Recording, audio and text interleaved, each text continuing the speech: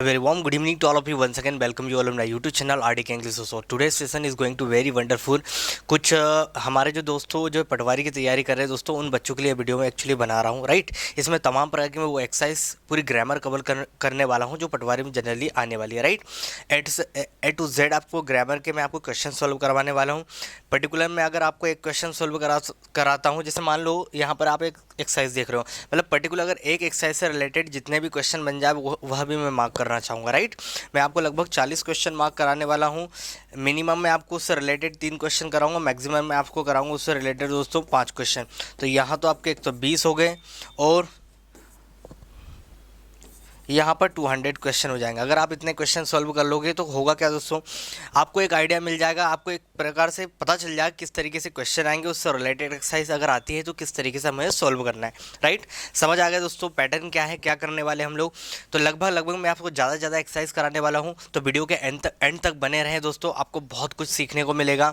और हो सकता है आपका लक कि जितनी भी मैं चीज़ें कराऊंगा उसमें से कुछ आपको आ जाए एग्जाम में, राइट। अगर नहीं भी आ पाए तो उससे रिलेटेड एक्सरसाइज में से आ सकता है, या उससे भी नहीं आए तो आपको एक आइडिया लग जाए उससे रिलेटेड। अगर कुछ क्वेश्चंस आए तो आप आसानी से उसको सोल्व कर लोगे। इज दैट क्लियर दोस्तों? तो without further ado let get started our session. चलिए, तो हम लोग ज़्यादा से ज़्यादा एक्सरसाइज करने वाले दोस्तों, कोशिश करूँगा मैं कि आपको ज़्यादा से ज़्यादा मैं एक्सरसाइज करा पाऊँ, और that would be better for you. Okay fine. So सबसे पहला question you can just see on the board. पहला क्वेश्चन आप देख रहे हो दोस्तों, पहला क्वेश्चन है दोस्तों, चूज द करेक्ट ऑप्शन की बात हो रही है। Select the suitable conjunction to the complete the sentence. Sentence को कंप्लीट करने के लिए आपको सुटेबल कंजंक्शन लगाना है, राइट। अब हमको पता है कंजंक्शन का काम क्या करता है। कंजंक्शन करता है भैया joining word. Joining word is called what? Conjunction. Joining word is, joining word कौन होता है भैया? कंजंक्शन। कंजंक्शन क्या करता है? ज्वाइन करता है। अब ज्वाइन करता है, हमको यहाँ पे डेफिनेशन से कोई मतलब नहीं, हमें यहाँ पर देखना कौन सा सुटेबल कंजंक्शन है, राइट। तो कंजंक्शन जोड़ने का काम करता है, दो सेंटेंस को जोड़ता है, दो फ्रेज को जोड़ता है, दो क्लॉजेस को जोड़ता है, मतलब दो पर्टिकुलर अलग अलग चीज़ों को जोड़ने का काम कौन करता है? हमारा कंजंक्शन करता है। और कंजंक्शन के बाद हमेशा सब्जेक्टिव केस लिखे जाते हैं। तो देख लेते हैं हमारा सेंटेंस क्या है।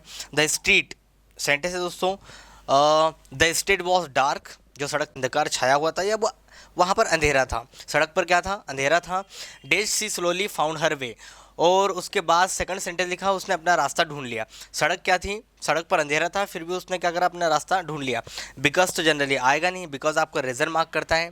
मैं बीमार हूँ, मैं स्कूल नहीं आऊँगा क्योंकि मैं बीमार हूँ। मैं एग्ज़ाम हॉल में नहीं बैठूँगा क्योंकि मुझे मेरे पैर में दर्द है। कुछ भी रीज़न, अगर आप कोई काम नहीं करोगे उसके पीछे आप एक रीज़न मार्क करोगे, तो वो रीज़न को बताने का काम कौन करता है? आपका बिकॉज करता है। किस क्या करता है दोस्तों? Because, right. मैं तुमसे बात नहीं करूँगा क्योंकि तुमने मेरे क्वेश्चन का आंसर नहीं दिया, तो आप रीज़न बता रहे हो ना कोई काम करने का। एंड जनरली दो नॉर्मल स्टेटमेंट को जोड़ेगा, जहाँ पर कुछ भी आपको कॉन्ट्रास्ट फील नहीं होगा। दो नॉर्मल स्टेटमेंट को कौन जोड़ता है? एंड जोड़ता है। मैं और श्याम, तुम और मैं, वह और राधा, मैं आऊँगा और पढ़ूंगा, कोई कॉन्ट्रैक्शन दिखाई दिया? नहीं। तो सिंपल से दो स्टेटमेंट को जोड़ने के लिए हम लोग एंड का प्रयोग करते हैं। सो का जनरली मतलब होता है जब ये दैट की पेयर इसके साथ जमती है, और इसलिए भी होता है। तो यहाँ पर ये जो मीनिंग देगा दोस्तों, यहाँ पर जो मीनिंग देगा, जो सो जो मीनिंग देगा वो किसकी देगा? इसलिए, ताकि, ताकि की भी मीनिंग दे जाएगा सो, राइट। तो एग्जाम्पल मैंने बोला, हम पढ़ाई करते हैं ताकि हम अच्छे नंबर ला सके। We study so we can get a good marks. So that भी जनरली इसके साथ दैट की पेयर भी जम जाती है, ठीक है ना। हम खाते हैं ताकि हम जिंदा रहें। Be it so be may leave, ठीक है ना। तो जनरली ऐसे स्टेटमेंट के लिए हम लोग सो का इस्तेमाल करते हैं। तो इस सेंटेंस के अनुसार सो की भी भैया कोई भी प्लेसमेंट नहीं है। मुझे नहीं लगता ऊपर वाले 3 ऑप्शन सुटेबल रहेंगे। लास्ट वाला बचा आपका येट। क्या बचा दोस्तों? येट बचा है। येट जो रहेगा दोस्तों वो कॉन्ट्रास्ट दिखाता है। क्या दिखाता है? अब येट का जनरली प्रयोग होता है कि आपका कोई पास्ट में कोई काम शुरू हुआ जो अब तक है, मतलब येट क्या दिखाता है? पास्ट में कोई काम हुआ जो अब तक उसका क्या है दोस्तों? असर है प्रेजेंट में। तो येट कॉन्ट्रैक्शन दिखाता है। कॉन्ट्रैक्शन का मतलब होता है पहली बात कुछ और है, दूसरी बात एकदम उसके अपोजिट है। तो यहाँ पर सेंटेंस देखो, द स्ट्रीट वॉज डार्क, सड़क पर अंधेरा था, और डेज सी स्लोली फाउंड हर वे, सड़क पर अंधेरा था फिर भी उसने रास्ता ढूंढ लिया, ये एकदम उसके एकदम अपोजिट बात है। अंधेरा था फिर भी उसने कोई काम कर लिया। तो राइट आंसर क्या होगा आपका, येट के साथ जाओ। किसके साथ जाओ, येट के साथ जाओ। चलिए नेक्स्ट क्वेश्चन की ओर हम लोग बढ़ते हैं। नेक्स्ट क्वेश्चन है दोस्त आपका collective noun of the underline word. आप इन देखो यहाँ पर ये जो क्वेश्चन देख रहे हो आप, अ डेश ऑफ सिंगर, गायकों के ग्रुप को एक शब्द में हम लोग क्या बोलते हैं, सिंगर्स के ग्रुप को एक शब्द में क्या बोला जाता है, इसका एक कलेक्शन कलेक्टिव नाउन ढूंढना है। राइट, कलेक्टिव नाउन आपको पता है, कलेक्टिव नाउन किसका होता है, कलेक्टिव नाउन पर्सन का भी हो सकता है, ठीक है ना, एनिमल का भी हो सकता है, या कोई थिंग का भी हो सकता है। किसी भी चीज़ का collection is called what, collective noun. इन सभी चीज़ों के ग्रुप को हम एक शब्द में क्या बोलते हैं, कलेक्शन, और इससे ही बनता है हमारा कलेक्टिव। तो कलेक्टिव नाउन क्या होता है, group of person place thing और animal is called collective noun. तो आपको देखना है ग्रुप ऑफ सिंगर, गायकों के ग्रुप को एक शब्द में क्या बोलते हैं। तो देखो दोस्तों यहाँ पर ऑप्शन में लिखा है, समझ आएगा कलेक्टिव नाउन क्या होगा, कलेक्शन होगा भैया। अब यहाँ पर आपसे पूछ रहा है कि सिंगर्स के ग्रुप को हम लोग क्या बोलते हैं एक शब्द में, सिंगर्स के ग्रुप को क्या बोला जाता है, लेट्स हैव अ ग्लांस। देखो पहला है आपका डॉक्ट्राइन, पहला क्या लिखा है, डॉक्ट्राइन। तो डॉक्ट्राइन क्या होगा, a group of doctor, a group of doctor. अब डॉक्टर्स के ग्रुप को हम लोग बोलते हैं डॉक्ट्राइन। Is that clear. तो यहाँ तो इसका तो कोई जुगाड़ है ही नहीं भैया, डॉक्टर की तो जुगाड़ है ही नहीं, ठीक है। तो भैया ये भी आप लिखते चलो साथ में, क्योंकि ये भी आपको आ सकता है a group of doctors, a group of doctors, वो नीचे फिर आपको यही ऑप्शन रहेगा, उसमें डॉक्ट्राइन भी रहेगा। तो राइट वन कौन सा रहेगा आपका, डॉक्ट्राइन। क्लियर। तो group of doctor is called what, doctrine. Next वाला है आपका दोस्तों, अगला शब्द आपको देख रहे हो यहाँ पर मैंने क्या कहा आपको, उससे रिलेटेड में आपको क्वेश्चन सॉल्व कराऊंगा, उससे रिलेटेड भी मैं आपको क्वेश्चन सॉल्व कराऊंगा। बात क्लियर। दूसरा आपका कोर। अब कोर क्या होगा, इसको हम लोग लास्ट में डिस्कस करेंगे। सर्कल देख लेते हैं। अब कौन सा है आपका सर्कल, सर्कल होता है group of friend, a group of friends. दोस्तों को ग्रुप को क्या बोलते हैं हम लोग, सर्कल। क्योंकि जनरली जो दोस्त होते हैं वो सर्कल में ही होते हैं। किस में होते हैं दोस्तों, एक सर्कल में होते हैं, घेरा बना के वो लोग रहते हैं, एक झुंड में रहते हैं, ठीक है ना। बोलते हैं ना man is a gregarious animal, gregarious का मतलब होता है जो झुंड में रहता है। तो जनरली जो दोस्त लोग होते हैं वो सर्कल में रहते हैं, तो उनके लिए एक शब्द फ्रेंड्स के ग्रुप को हम लोग बोलते हैं सर्कल। Is that clear. अब देखो अगला, देखो थर्ड वाला, सेकंड वाला हो चुका है, अब ये थर्ड नंबर का देखो लास्ट वाला शब्द है आपका बोर्ड। अब बोर्ड जो होगा दोस्तों वो क्या होगा, बोर्ड भी ग्रुप होता है, लेकिन बोर्ड किसका ग्रुप होता है, जैसे कंपनी में जो मेन जो एचआर वगैरह होते हैं, राइट, जो मेन लोग होते हैं उनके ग्रुप को मैं बोर्ड बोल सकता हूँ, बोर्ड ऑफ डायरेक्टर्स। मान लो एक स्कूल है जिसमें दो चार जितने भी है जो लोग एक प्रकार से उसमें क्या है पार्टनरशिप में है, तो जो लोग पार्टनरशिप में हैं, जो डायरेक्टर्स है उस पर्टिकुलर स्कूल के, उनको मैं बोल सकता हूँ board of directors, board of directors, right. तो यहाँ पर बोर्ड की भी जुगाड़ नहीं है। अब एक ही आपका बच्चा है कोर, क्या बच्चा है दोस्तों, कोर। अब कोर जो बच्चा है, कोर किसका ग्रुप होगा दोस्तों, सिंगरों के ग्रुप को हम लोग क्या बोलते हैं, कोर। सिंगरों के ग्रुप को क्या बोला जाता है, कोर। अब एक ही बच्चा है लास्ट वाला, that is right your answer is that, right your answer that is actually तो कोर आपका क्या हो जाएगा दोस्तों, group of singer. Is that clear. अरे क्लियर हुआ या नहीं। तो a group of singer is called what, core. चलिए नेक्स्ट हम लोग अगले क्वेश्चन की ओर बढ़ते हैं। अगला क्वेश्चन दोस्तों, ये थर्ड नंबर डाल देना, यहाँ पे हो सकता है नंबर आगे पीछे हो गए होंगे, आगे जब आप एक्सरसाइज देखोगे तो वहाँ पर नंबर आपको आगे पीछे मिल सकते हैं। तो आपको एक सीक्वेंस में चलना है, आपको 1 2 3 से ही ऑर्डर में चलना है। मेरी स्लाइड में कुछ थोड़ी सी गलतियाँ हो गई, तो ठीक तरीके से मैं नंबर आगे पीछे हो गए, कुछ स्लाइड कट गई, इसलिए मैं उसको ठीक तरीके से कर नहीं पाया, राइट दोस्तों। चलिए अगला क्वेश्चन आप देख रहे हो, क्वेश्चन नंबर थर्ड। तो क्वेश्चन नंबर थर्ड में लिखा है choose the option that best transform the given sentence using a question tag. Question tag आपका, क्वेश्चन टैग के लिए आपको क्या करना है दोस्तों, सही क्वेश्चन टैग क्या बनेगा पहले समझ लो क्वेश्चन टैग क्या होता है। आई होप कि ये चीज़ें आपको दिखाई दे रही है, क्लियर दिखाई दे रही है। क्वेश्चन टैग में थोड़ा आपको समझाना चाहूँगा क्योंकि इससे आपको क्वेश्चन आ सकते हैं। क्वेश्चन टैग क्या होते हैं, क्वेश्चन टैग क्या होता है दोस्तों, क्वेश्चन टैग समझने से पहले आपको ये समझना है किसी भी सेंटेंस का अगर आपको क्वेश्चन टैग बनाना बहुत आसान है, एग्जाम पॉइंट ऑफ व्यू से मैं आपको बता रहा हूँ, ठीक है ना। क्वेश्चन टैग क्या करता है, आपको किसी भी सेंटेंस का बस ये समझना है उसका सब्जेक्ट क्या हो, हेल्पिंग वर्ब क्या है। अगर मैं लिखता हूँ सी लिव्स इन खंडवा, वो कहाँ रहती है, खंडवा रहती है, और आपको भाई साहब ने बोल दिया क्वेश्चन टेक बनाओ, लास्ट में क्वेश्चन मार्क होता है, राइट। ये आपका सेंटेंस, उसका आपको क्वेश्चन टेक बनाना है। तो हमारा सब्जेक्ट ये रहा, बस दो ही चीज़ पे फोकस करना है, सब्जेक्ट पे और हेल्पिंग वर्ब पे। किस पे फोकस करना है? सब्जेक्ट और हेल्पिंग वर्ब पे फोकस करना है, आपका क्वेश्चन टेक गलत नहीं जाएगा, राइट। अब हम जानते हैं एस या ई एस कौन से टेंस में लगता है? प्रेजेंट इंडेफिनिट टेंस में लगता है, राइट। वर्ब का फर्स्ट फॉर्म देखो, प्रेजेंट स्ट्रक्चर ये होता है सब्जेक्ट V1 और अदर वर्ड, राइट। और वर्ब में हम लोग क्या लगाते हैं? एसीएस लगाते, प्रेजेंट इंडेफिनिट टेंस में। और दूसरा इसका जो पैटर्न बनता है, शायद हम लोग डू डज से सेंटेंस को नेगेटिव बनाने के लिए हेल्पिंग वर्ब किसका प्रयोग करते हैं? डू डज का प्रयोग करते हैं। वर्ब वही फर्स्ट फॉर्म में और अदर वर्ड। अब इस बात से यह क्लियर हो रहा है दोस्तों कि ये जो सेंटेंस है वो होता है हमारा प्रेजेंट इंडेफिनिट टेंस का सेंटेंस। किसका है? प्रेजेंट इंडेफिनिट टेंस का ये सेंटेंस है। इसके नेगेटिव स्ट्रक्चर में हम लोग डू डज का प्रयोग करते हैं। किसका प्रयोग करते हैं? डू डज का प्रयोग करते हैं एज अ हेल्पिंग वर्ब के तौर पे। तो उसके अनुसार सी लिव्स इन खंडवा, इसकी हेल्पिंग वर्ब क्या होती है? Do does. अब मुझे पता है सिंगुलर सब्जेक्ट के साथ मैं डज लगाता हूँ, तो कुछ नहीं करना है, ये सब्जेक्ट और ये हेल्पिंग वर्ब को उठा के लास्ट में रख दो, और इस हेल्पिंग वर्ब का कॉन्ट्रास्ट फॉर्म लिखना है। इसको नेगेटिव कैसे लिखते हैं? Does not. तो डज नॉट का कॉन्ट्रास्ट फॉर्म लिखना है। क्या करना है आपको? बस यही करना है, यहाँ पर ये एपोस्ट्रोफी, डजंट, और सब्जेक्ट क्या है? शी। बस आपको करना क्या है? दो ही चीज़ पे फोकस करना भैया, दो ही चीज़ पे फोकस करना है, उस सेंटेंस का सब्जेक्ट क्या है और उसकी हेल्पिंग वर्ब क्या है, राइट। तो यहाँ पर मुझे लगता है आपको ये समझ में आ गया होगा।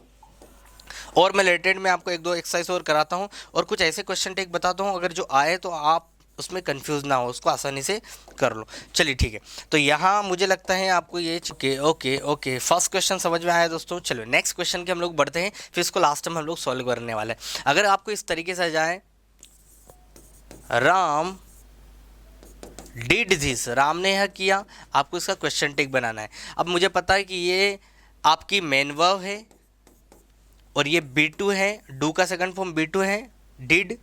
और हम जानते हैं कि पास्ट सिंपल की हेल्पिंग वर्ब क्या होती है? हेल्पिंग वर्ब भी डिड होती है भाई साहब। क्या होती है? डिड इसकी हेल्पिंग वर्ब होती है।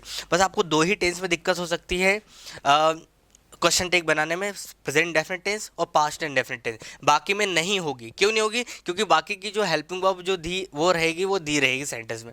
जैसे इज एम आर से रहेगा तो इज एम आर ऑलरेडी दिया रहेगा, वॉज वर दिया रहेगा, राइट, क्योंकि उनसे ही स्टार्टिंग होती है सेंटेंस की। लेकिन बस ये प्रेजेंट और पास्ट टेंस को आपको समझना है। हमें पता है यहाँ पर B2 लगा है तो पास्ट सिंपल की बात हो रही है, उसकी हेल्पिंग वर्ब नेगेटिव पैटर्न में क्या होती है? डिड। तो मुझे कुछ नहीं करना है, इधर उठाना है भैया आपका, डिड को क्या करना है? कॉन्ट्रास्ट फॉर्म लिखना है, डिडंट, और आपका सब्जेक्ट क्या है? राम। राम को वैसे लिख दो। समझ में आ गया भैया?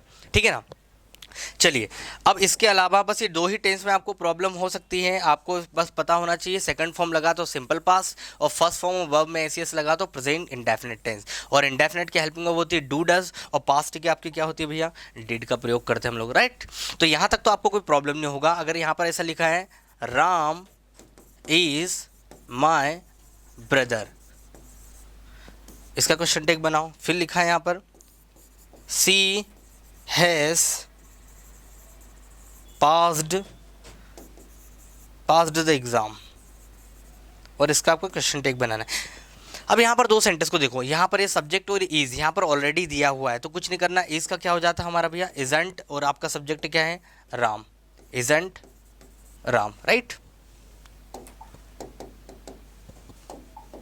इजंट राम, ये आपका बन गया क्वेश्चन टेक। इधर देखो, यहाँ पर वॉज ऑलरेडी दिया है, सब्जेक्ट रखा है, बस इसे को उठा के पीछे रख दो। क्या करोगे आप? हैजंट सी, क्या लिखोगे? Hasn't she. ये आपका क्वेश्चन टेक बन गया। तो जहां पर आपकी हेल्पिंग वर्ब दी है, सब्जेक्ट दिया है, वहां पर आपको दिक्कत नहीं होगा। सिंपल पास्ट, सिंपल प्रेजेंट में आपको थोड़ी सी प्रॉब्लम हो सकती है। अगर आपने नहीं पढ़ा, जिन बच्चों को नहीं पता, जिन्होंने नहीं पढ़ा, उनको प्रॉब्लम हो सकती है। तो आप कैसे आइडेंटिफाई करोगे? भाई सब्जेक्ट और वर्ब फर्स्ट फॉर्म में है या एसीएस लगा तो इंडेफिनिट, और सिंगुलर सब्जेक्ट साथ में। जैसे ही हमारे सिंगुलर सब्जेक्ट कौन से होते हैं? ये होते हैं हमारे सिंगुलर सब्जेक्ट, और इनके साथ हम लोग किसका प्रयोग करते हैं? डज का प्रयोग करते हैं। किसका प्रयोग करते हैं? डज का। और इनके बाद वाले जितने सब्जेक्ट है, डू का प्रयोग करते हैं हम लोग, राइट। चलिए, तो ये चीज़ें हम लोग ऑलरेडी पढ़ चुके हैं। अब हम लोग आगे बढ़ते हैं दोस्तों, और मैं आपको कुछ ऐसे सेंटेंस देता हूँ जिनके आपको क्या करना है दोस्तों? क्वेश्चन टेक बनाना है। मैं क्यों आपको एक, अब इस आगे वाली स्लाइड में, या स्लाइड नहीं बोल सकता हूँ मैं, सॉरी, आगे मैं आपको ऐसे क्वेश्चन कराने वाला हूँ क्वेश्चन टेक से। देखो यहाँ पर एग्जाम्पल लिखा है, मैंने लिखा ओपन द डोर। ये क्वेश्चन अगर आपको आते हैं, इस तरीके से आते हैं, आप इनका क्वेश्चन टेक कैसे बनाओगे? फिर मैंने कहा close the door, close the door. मैंने कहा मैं ऐसे क्वेश्चंस उठा रहा हूँ दोस्तों, अगर ये आएंगे तो आप कंफ्यूज ना हो और इनको आसानी से कर लो, right. Open the door, close the door. तो यहाँ पर एक बात तो आपको क्लियर हो रही है, यहाँ पर सब्जेक्ट बिल्कुल नहीं दिया है। क्या नहीं दिया है? सब्जेक्ट बिल्कुल नहीं दिया है। अब सर ने कहा कि सब्जेक्ट और हेल्पिंग वर्ब को पीछे ले जाओ, नेगेटिव बना दो, काम आपका हो जाएगा। लेकिन एक चीज़ और सीखना है आपको कि अगर क्वेश्चन टेक आपका सेंटेंस आपका पॉजिटिव है, सेंटेंस आपका क्या है? पॉजिटिव है। जैसे यहाँ पर समझने की कोशिश करो, जैसे मैं बोला सी इज़ अ डॉक्टर, सेंटेंस आपका पॉजिटिव है तो क्वेश्चन टेक क्या बन जाता है? नेगेटिव। क्या कर देते हो आप? इजंट शी कर देते हो, राइट। लेकिन वहीं पर अगर ये सेंटेंस नेगेटिव दिया है, ये थोड़ा मैं मेंशन करना भूल गया तो मैं यहाँ पे कर देता हूँ दोस्तों। अगर यही सेंटेंस ऐसा दिया है, सी इज़ नॉट अ डॉक्टर, अगर आपका सेंटेंस नेगेटिव है तो क्वेश्चन टेक क्या बनेगा? पॉजिटिव। यहाँ पर सेंटेंस पॉजिटिव था तो क्वेश्चन टेक क्या बन गया? नेगेटिव। अब यहाँ पर सेंटेंस नेगेटिव है तो क्वेश्चन टेक क्या बनेगा? पॉजिटिव। तो कुछ मत करना, इज़ और शी रख देना और ये आपका बन गया भैया क्वेश्चन टेक।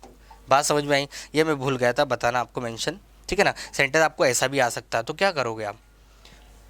ठीक है, बात समझ में आई दोस्तों। चलिए आगे बढ़ता हूँ। तो ये भी विशेष तौर पे याद रखना, क्वेश्चन टेक बनाने के लिए आपको दो चीज़ें याद रखना है, सब्जेक्ट और हेल्पिंग वर्ब। और अगर आपका सेंटेंस नेगेटिव है तो क्वेश्चन टेक पॉजिटिव, अगर आपका सेंटेंस पॉजिटिव है तो question tag negative. Open the door और क्लोज द डोर, अगर ये दो सेंटेंस आप देख रहे हो, क्लोज द डोर, इनका आपको बोल दिया गया क्वेश्चन टेक बनाओ। इसी तरीके से दे दिया गया है, यहाँ पर लिखा है she lives in Chennai now और यहाँ पर लिखा है क्लोज द डोर। तो आप कैसे करोगे? ओपन द डोर का क्वेश्चन टेक भैया देखो यहाँ पर बनता है विल यू से बनता है। अगर आपका सेंटेंस पॉजिटिव नेगेटिव है तो विल यू, और आपका सेंटेंस अगर आपका पॉजिटिव है तो वांट यू के साथ जाओगे। अगर आपका सेंटेंस नेगेटिव है तो विल यू के साथ जाओगे, और अगर आपका सेंटेंस पॉजिटिव है तो वांट यू के साथ जाओगे, राइट। देखो open the door, sentence positive है तो मुझे क्वेश्चन टेक क्या बनेगा इसका? नेगेटिव। तो मुझे सिर्फ इतना ही लिखना है, वांट यू। क्या लिखना है? वांट यू, क्योंकि आपका सेंटेंस पॉजिटिव है तो क्वेश्चन टेक क्या बनेगा? नेगेटिव बनेगा ना। क्या करूँगा मैं? वांट यू, ये आपका बन गया क्वेश्चन टेक, राइट। मान लो आपका सेंटेंस नेगेटिव है। नेगेटिव कैसा? मैंने कहा do not open the door, ये आपका क्या है? सेंटेंस नेगेटिव है। अब इसका आपको क्वेश्चन टेक बनाना है। अब क्या करना है? क्वेश्चन टेक बनाना है इसका, राइट। इसका अगर आपको क्वेश्चन टेक बनाना है तो सेंटेंस आपका नेगेटिव तो आपको कुछ नहीं करना है, क्या लिखना है? सिर्फ विल यू, ये बन गया आपका क्वेश्चन टैग। बात समझ में आई? तो भैया ये विशेष तौर पे याद रखना, इस तरीके से अगर आपको एक्सरसाइज आती है तो आप किस तरीके से उसका क्वेश्चन टैग बनाओगे। ये होते हैं इंपरेटिव सेंटेंसेस। क्या होते हैं? ये सारे के सारे होते हैं इंपरेटिव सेंटेंसेस, मतलब आज्ञावाचक वाक्य जहाँ पर आपका सब्जेक्ट मेंशन नहीं होता है।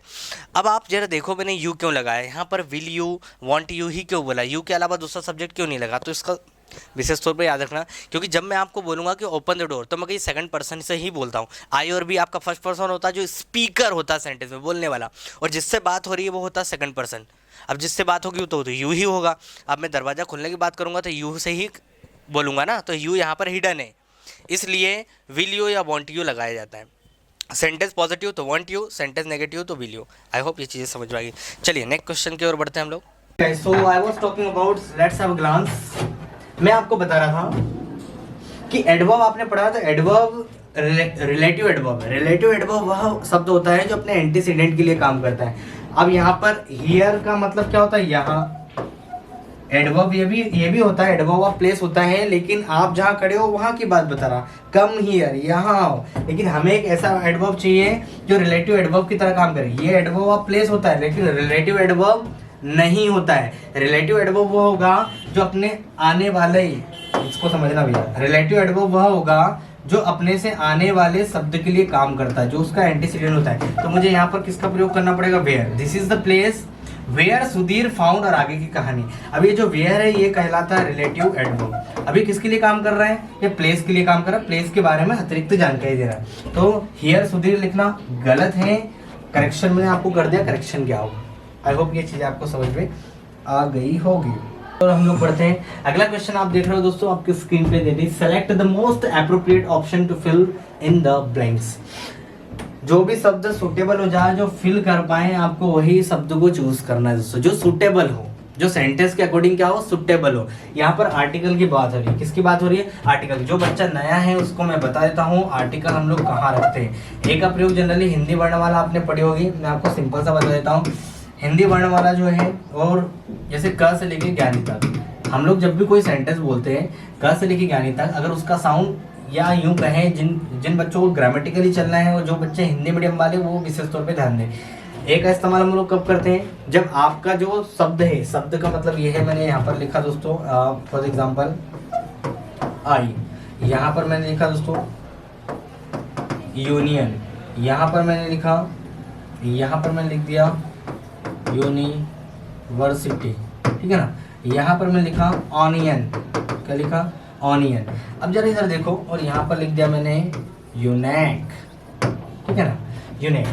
अब जरा देखो, ए का इस्तेमाल हम लोग क्या करते हैं, कॉन्सोनेंट साउंड। अगर कोई शब्द कॉन्सोनेंट साउंड अगर प्रोड्यूस करता है, अगर कोई शब्द कॉन्सोनेंट साउंड, कौन सा शब्द भैया, ये ब्लैंक से पहला वाला शब्द, मतलब ये ब्लैंक के बाद में जो शब्द आपको मिले, ब्लैंक के बाद में जो आपको शब्द मिले, अगर इसका ये वाला लेटर, अगर ये वाला लेटर क से ज्ञानी तक कॉन्सोनेंट साउंड अगर प्रोड्यूस करता है, तो हम लोग ए के साथ जाएंगे।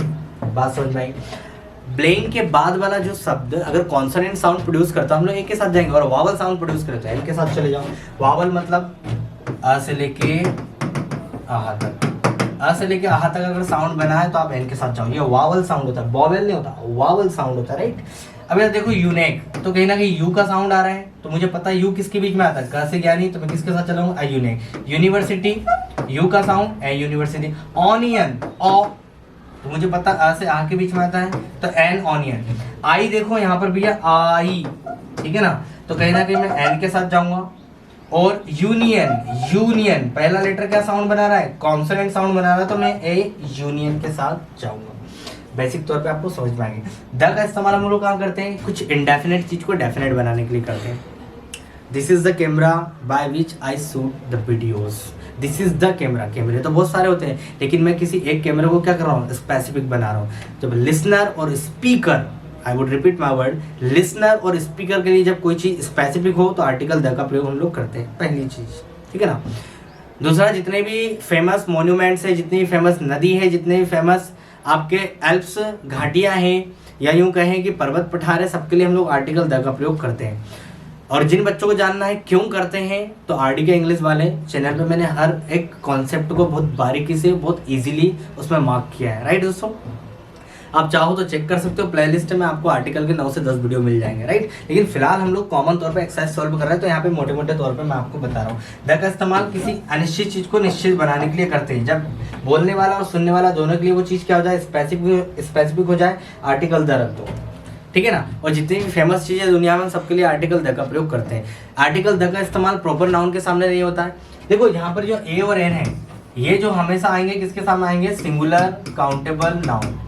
ये हमेशा सिंगुलर होना चाहिए, एक नाउन होना चाहिए जिसको गिना जा सकते हैं, और वो नाउन होना चाहिए, एक काउंटेबल नाउन, ऐसा भी आप समझ सकते हो। सिंगुलर काउंटेबल नाउन के साथ में ए और एन का प्रयोग करते हैं, क्योंकि ये दोनों किसी एक चीज को रिप्रेजेंट करते हैं, बेसिक तौर पे, कॉमन तौर पे। लेकिन द का इस्तेमाल आप काउंटेबल सबके सामने कर सकते हो, और अनकाउंटेबल सबके सामने आ सकता है, डिपेंड करता है सेंटेंस में कैसे इस्तेमाल किया। भैया द का इस्तेमाल सबके सामने जाता है, काउंटेबल अनकाउंटेबल दोनों नाउन के साथ में हो जाता है द का इस्तेमाल। द तो भैया अपना अलग ही वेरिएशन लेके चलता है, तो द का इस्तेमाल आप काउंटेबल और अनकाउंटेबल सभी नाउन के साथ में कर सकते हो। द वाटर अनकाउंटेबल नाउन, लेकिन अ वाटर नहीं बोल सकते, अब मिल्क नहीं बोल सकते, द मिल्क बोला जा सकता है। अगर मिल्क के बारे में आगे कुछ कहानी लिखी है, किसी स्पेसिफिक मिल्क को अगर डेफिनेट बनाओ, the milk which you give me yesterday was actually sweet. जो मिल्क तुमने मुझे कल दिया था वो बहुत ही क्या है, मीठा है। लेकिन द मिल्क कॉमन तौर पर ऐसा नहीं बोलोगे, द मिल्क। खाने पीने की चीज़ों को सामने आर्टिकल द का प्रयोग नहीं होता है। लेकिन फिलहाल हम लोग यहाँ पे देख लेते इस सेंटेंस के अकॉर्डिंग। यहाँ पर क्या लिखा है, ऑफिसर लिखा है, ओ किसका प्रयोग हो रहा, कहीं ना कहीं अ से आह के बीच में ये पहले लेटर का साउंड बन रहा, अ से लेके आहा के बीच में बन रहा, तो भैया मेरा पहला तो एन होना चाहिए। Simran is an officer but her husband earns this cafe. Cafe में क का साउंड आ रहा है, जो क से लेके ज्ञानी तक होता है, तो पहले में एन आना चाहिए, पहले में क्या आना चाहिए, एन आना चाहिए, दूसरे में क्या आना चाहिए दोस्तों, A. This is the right answer. देख लो कौन सा है, एन और ए। तो ये आपका फर्स्ट वाला सही चला जाएगा। क्लियर। चलिए आर्टिकल से रिलेटेड मैं आपको कुछ और एक्सरसाइज कराने की कोशिश करता हूँ। अगर मान लो इसी की जगह अगर आपको इस तरीके से जाए, अगर आपको इस तरीके से जाता मेरे भाई और बहनों, अगर इस तरीके से आपको अगर आ जाता है, किस तरीके से आ जाता है,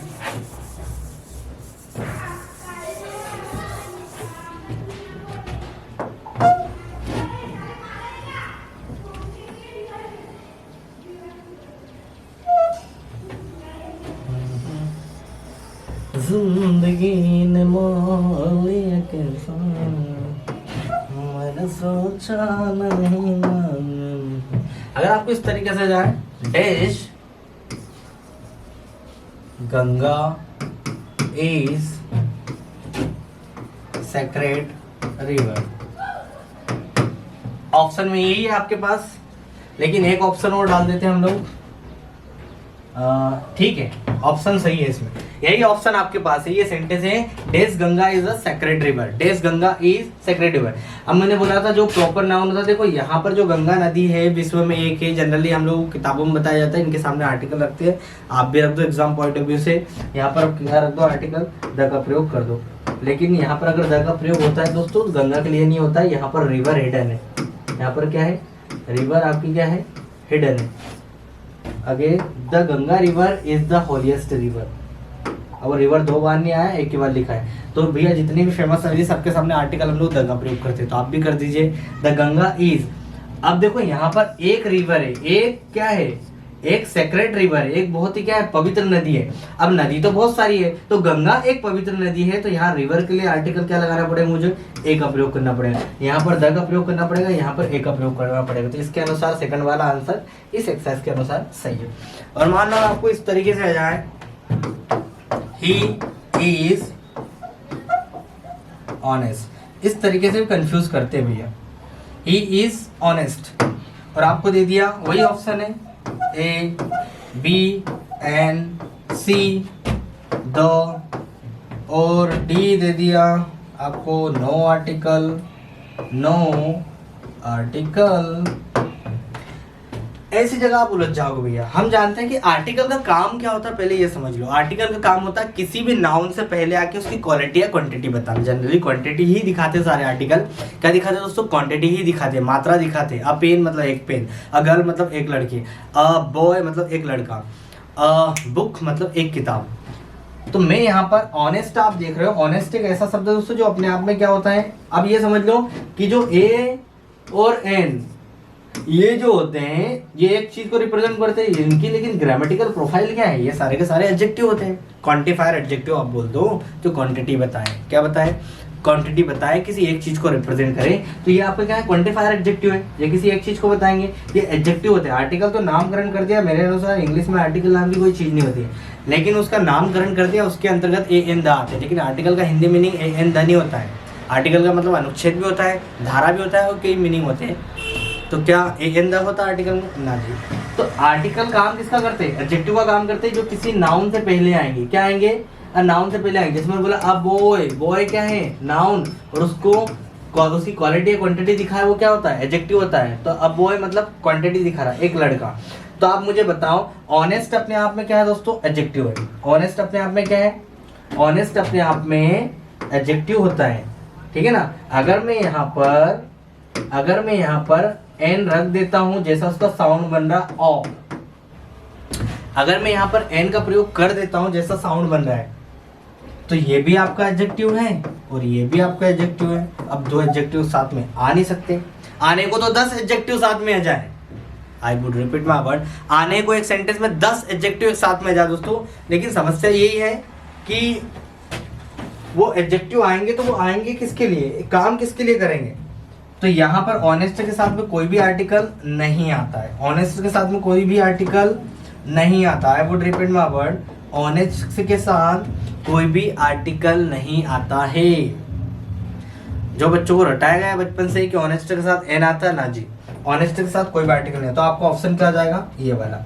लेकिन वहीं पर अगर आपको सेंटेंस को ऐसा कर दिया जाए, क्या कर दिया जाए, इसको मैं थोड़ा सा इरेज करना चाहूंगा दोस्तों। अगर वहीं पर सेंटेंस को इस तरीके से ऑनेस्ट के बाद में क्या लगा दिया जाए, गर्ल लगा दिया जाए, कोई नाउन लगा दिया जाए, मेन लगा दिया जाए, कुछ भी हो सकता है। अगर एक नाउन प्लेस कर दिया जाए, ऑनेस्टी के बाद में कोई नाउन प्लेस कर दिया जाए, तो आप आर्टिकल के साथ जा सकते हो। अब आर्टिकल क्या जाएगा, जैसा उसका साउंड बन रहा है। एन आपका साउंड है, मतलब ओ का साउंड हो रहा है, वावल कॉन्सोनेंट वावल अगर साउंड होता है, आप किसके साथ जाते हो, एन के साथ जाते हो। अगर ऑनेस्ट के सामने अब आर्टिकल लगा है, तो ऑनेस्ट के लिए अभी भी आर्टिकल नहीं है। अब आर्टिकल किसके साथ है, इस मेन के साथ है दोस्तों। ईमानदार के लिए कोई आर्टिकल नहीं है, जो व्यक्ति ईमानदार है उसके लिए आर्टिकल। मेरी बात समझ में आई? चलिए, तो यहाँ पर आर्टिकल अब आया जरूर है। साउंड, चूंकि साउंड उसका वावल है, तो आपको क्या रखना पड़ेगा, एन का प्रयोग करना पड़ेगा। लेकिन है किसके लिए, ये गर्ल या मैन के लिए आर्टिकल रखा गया है। Is that clear? चलिए, यहाँ तक आपको क्लियर हो गया होगा। तो मैंने आपको एक्स्ट्रा कुछ एक्सरसाइज मार्क कराने की कोशिश की। अगर इस तरीके से जाए तो आप किस तरीके से सॉल्व करोगे। आर्टिकल बहुत आसान है दोस्तों, बस आपको लॉजिकली ड्राइव करना है, ठीक है ना, रटना नहीं है। रटोगे तो हमेशा आप कंफ्यूज ही रहोगे। और जो हमको बचपन में रटा है AIOUE, अगर आए तो आर्टिकल क्या लगा दो, एन का प्रयोग कर दो। लेकिन कई जगह मर जाती है ये चीज़ें क्या कर देती हैं, मार देती है, ठीक है ना। अब जैसे लिखा ही इज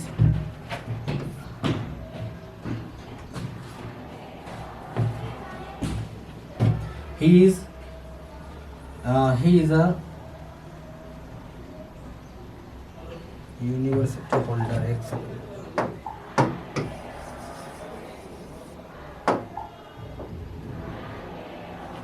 अब जैसे ये यूनिवर्सिटी होता है, क्या होता है, यूनिवर्सिटी। और हमने जो बचपन से एक चीज रटी है, आपको याद हो कि अगर इस तरीके से आ जाए भाई, क्या आ जाए, AIOUE, या अगर वावल अगर कहीं जाए तो हम लोग एन का प्रयोग करते हैं। तो यहाँ पर यू तो आपका वावल दिख रहा है, लेकिन अगर आपको दोस्तों इनको सॉल्व करना है इसके साउंड के अनुसार, किसके अनुसार करना है, साउंड के अनुसार। आर्टिकल जितने भी अगर आप सोल्व करोगे, ए और एन की मैं बात कर रहा हूँ, ए और एन को अगर आपको सॉल्व करना है, तो आपको ए और एन को सॉल्व करने में सबसे आसान और easy way to you have to solve a and an with the help of sound. Sound की मदद से आपको हेल्प मतलब सॉल्व करना है, इन पांचों की मदद से नहीं करना है, तो आपके आर्टिकल हमेशा गलत जाएंगे। साउंड आपको पता है इंग्लिश में कितने साउंड होते हैं, 44 साउंड होते हैं। वैसे तो नॉलेज नहीं होता 44 साउंड का, थोड़ा बहुत है, क्योंकि हम लोग नेटिव स्पीकर नहीं है, and we are not actually taught. तो आपको फोकस करना है साउंड पे। साउंड पे फोकस करोगे, कभी आपका आर्टिकल गलत नहीं जाएगा। अगर आप इस तरीके से जाए, यूरोपियन क्या जाए, यूरोपियन। अब यूरोपियन के साथ कौन सा आर्टिकल आता है,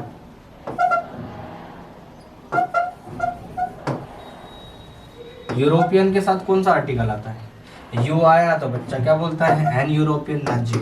आपको लिखना ए, क्योंकि साउंड यू बन रहा है, तो आप किसके साथ जाओगे, कॉन्सोनेंट साउंड बन रहा है ना, तो आप ए के साथ जाओगे, एन के साथ क्यों जाओगे। चलिए, तो ये यहाँ तक कोई दिक्कत नहीं, आसान है, कोई बड़ी बात नहीं है आर्टिकल को सोल्व करना। चलिए, हम लोग अगले एक्सरसाइज की ओर बढ़ रहे हैं दोस्तों।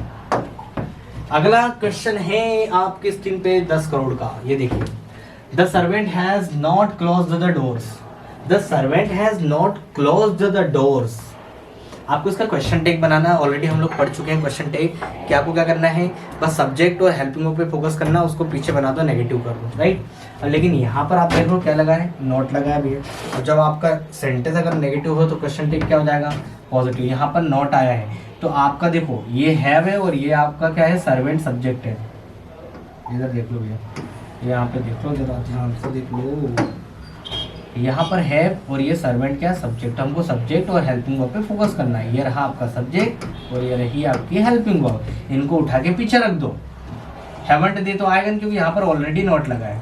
हैव दे हो सकता है, didn't they impossible, did they impossible, जो भी हेल्पिंग वर्ब रहेगी उसी का बनेगा। तो राइट आंसर क्या हो जाएगा, have they. The servant haven't not close the doors, have they. ठीक है, चलिए अगला क्वेश्चन है दोस्तों, select the suitable conjunction to complete the sentence. Sentence को कंप्लीट करने के लिए आपको सुटेबल कंजंक्शन को रखना पड़ेगा। क्या लग रहा है, एक second.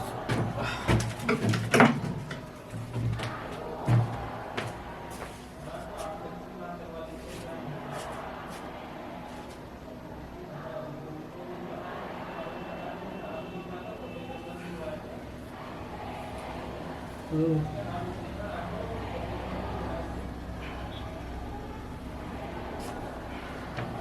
fine. There is a problem in my. Okay, fine. Oh, so that's okay.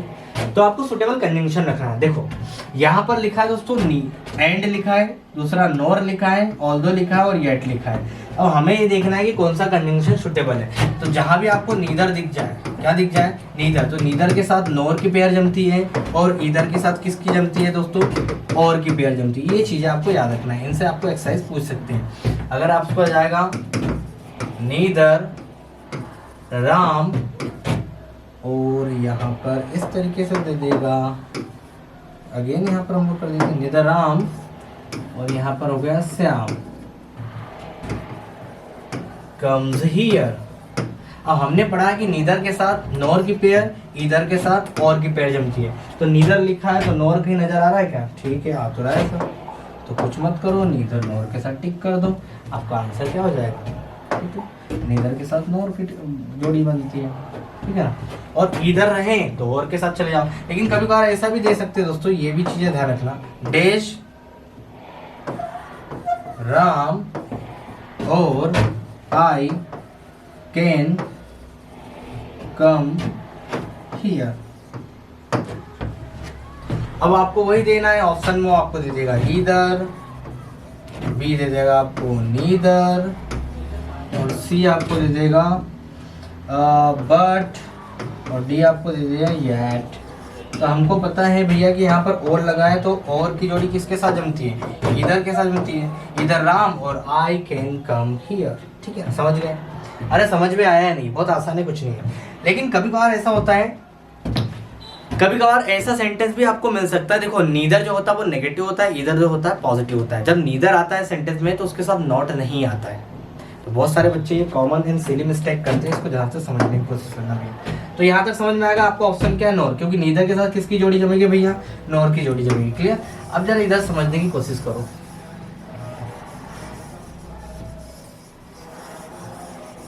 अगर मान लो आपको इस तरीके से जाए, neither white white white white white,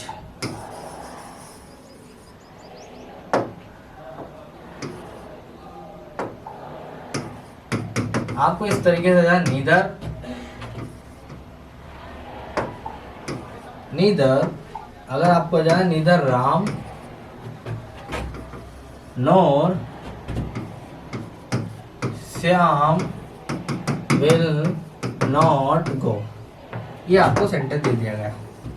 ना तो राम ना श्याम वहां नहीं जाएगा, ठीक है ना। अब मैंने आपको क्या बताया, नीदर अपने आप में नेगेटिव होता है, क्या होता है भैया, तो कहीं कहीं उनके साथ में नोट लगा के दे दिया जाता है और आपको बोल दिया जाता है इसमें गलती कहाँ है बताओ जरा। तो आपको ऑप्शन में दे दिया भैया उसने, ये ऑप्शन दे दिया कि ये भैया नीदर राम में गलती है, या फिर बी वाला है नॉर श्याम में गलती है, फिर डी वाला सी वाला ऑप्शन हो गया आपका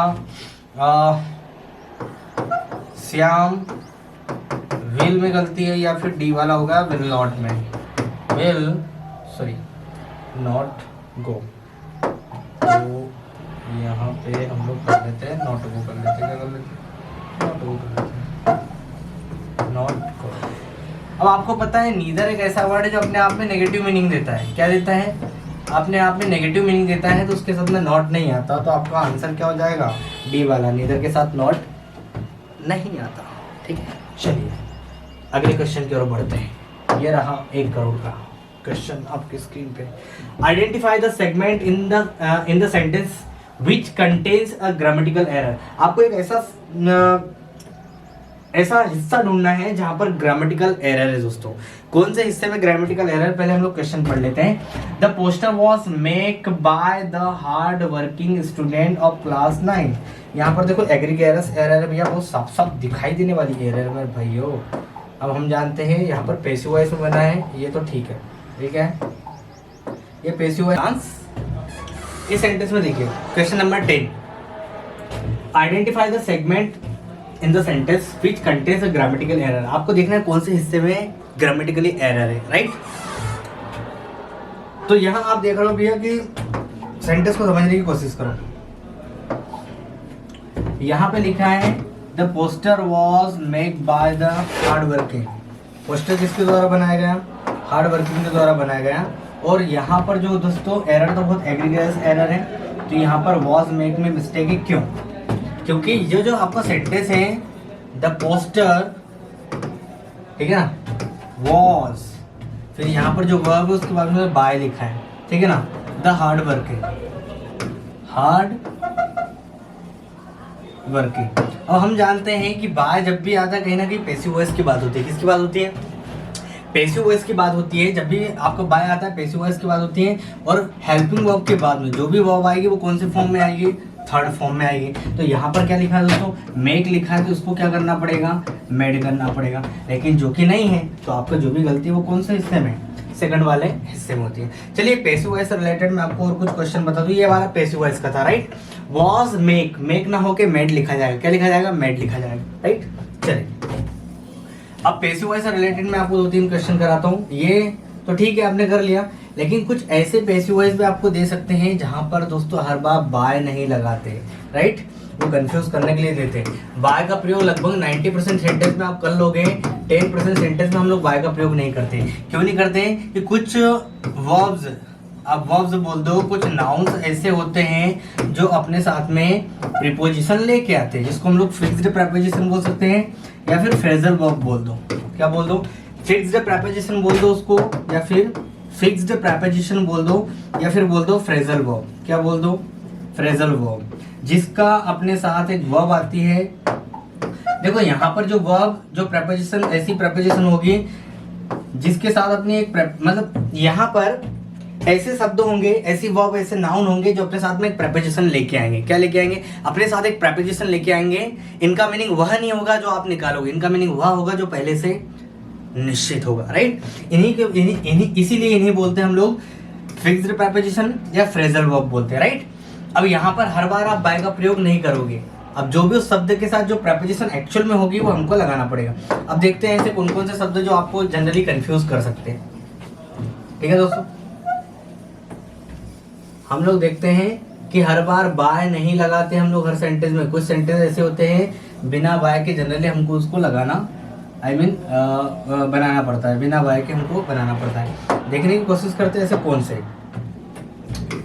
बाय हर बार नहीं आता, राइट। जैसा मैंने कहा फॉर एग्जाम्पल,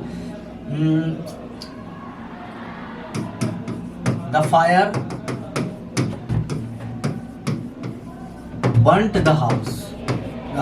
अब आपको ये दे दिया भैया पैसिव वॉइस। ये सेंटेंस आपको दे दिया और आपको क्या करना है? इसका पैसिव वॉइस बनाना है। ये सेंटेंस आपको दे दिया गया, आपको क्या करना है? इसका पैसिव वॉइस बनाना है। The fire burnt the house, right. Option में मैं सीधा करा रहा हूँ, ऑप्शन नहीं दे रहा हूँ आपको। आपको कैसे करना है इसको?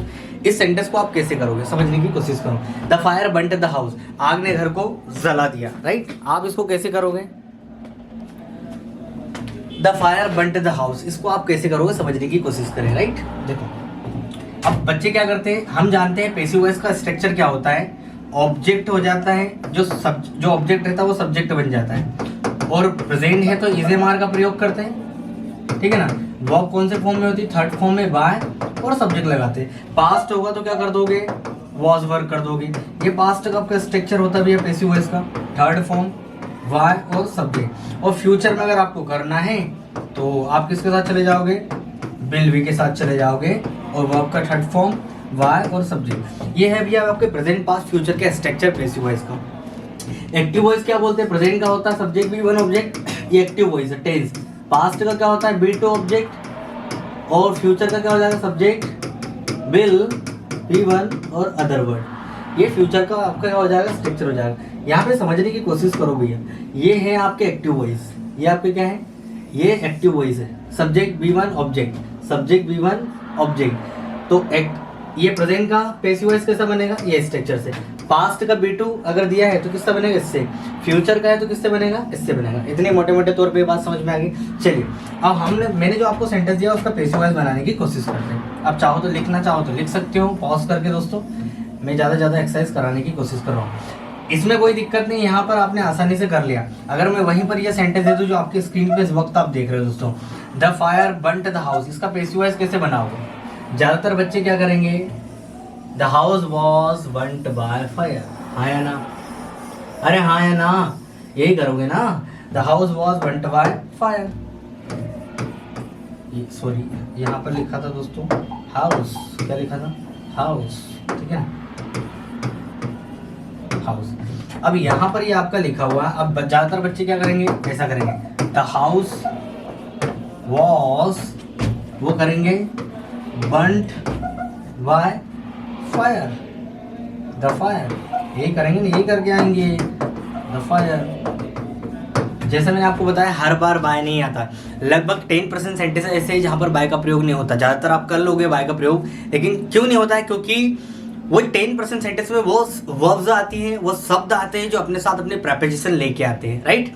आप उसके साथ में बाय का प्रयोग नहीं कर सकते। अब यहाँ पर जो बर्न्ट है दोस्तों, आप खुद लॉजिकली सोचो, मैं यहाँ पर कोई जानबूझ के कोई प्रपोजिशन नहीं लगा रहा हूँ। अगर मैं ये बोलूँ the house was burnt by the fire, तो कोई भी नाउन रखते हैं तो वो डूअर होता है। कौन होता है? डूअर होता है, करने वाला होता है। By me, by him, by them, by Ram, by lion, वो डूअर होगा, लिविंग होगा, ठीक है ना। बाय के बाद में जो भी नाउन आएगा वो लिविंग होगा, ठीक है ना, क्यों? तभी तो उसके द्वारा कोई काम किया गया। अब आग तो लिविंग है नहीं, तो आप खुद से चल के जा रहे हो और क्या घर को जला दिया? इम्पॉसिबल। अब आपको क्या करना पड़ेगा, यहाँ पर लॉजिकली दोस्तों आपको क्या लिखना पड़ेगा, यहाँ पर बाय नहीं आएगा दोस्तों, यहाँ पर आपको प्रयोग करना पड़ेगा इनका। The house was burnt in the fire, आग घर में जल गया, ना कि घर के द्वारा जल गया। मेरी बात समझ में आई? अरे आसान है, समझ में आ रहा है, ठीक है ना। तो the house was burnt in the fire, not by the fire. चलिए इससे रिलेटेड और क्वेश्चन में उठाता हूँ। मान लो अगर आपको ऐसा आता है तो भैया आपको क्या करना है, समझ में आ गया, ठीक है। चलिए अगर मैं आपको दूसरा क्वेश्चन देता हूँ, समझने की कोशिश करें मेरे भाई, समझने की कोशिश करें, क्योंकि दोस्तों समय कम बचा है, क्वेश्चन बहुत सारे करने हैं और हमें पता है सिर पे एग्जाम है आने वाले। कुछ बच्चों की तो मंडे से एग्जाम चालू हो जाएगी, पटवारी की, राइट। तो दोस्तों अंत तक देखें वीडियो को और ज़्यादा से ज़्यादा एक्सरसाइज समझने की कोशिश करें, आपको बहुत मदद मिलने वाली है, राइट। अगर मैं ऐसा कहूँ, ये सबको आता होगा, somebody clean the room, clean the room, किसी ने रूम को साफ कर दिया। somebody clean the room, somebody clean the room, क्या लिखा है? somebody clean the room. अब इसका पैसिव वॉइस बनाना, तो ज्यादातर बच्चे क्या करते हैं, the room was cleaned by somebody।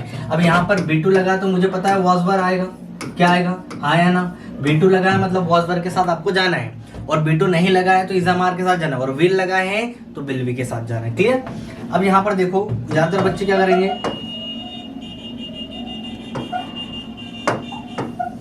ज्यादातर बच्चे क्या करेंगे, द रूम वॉज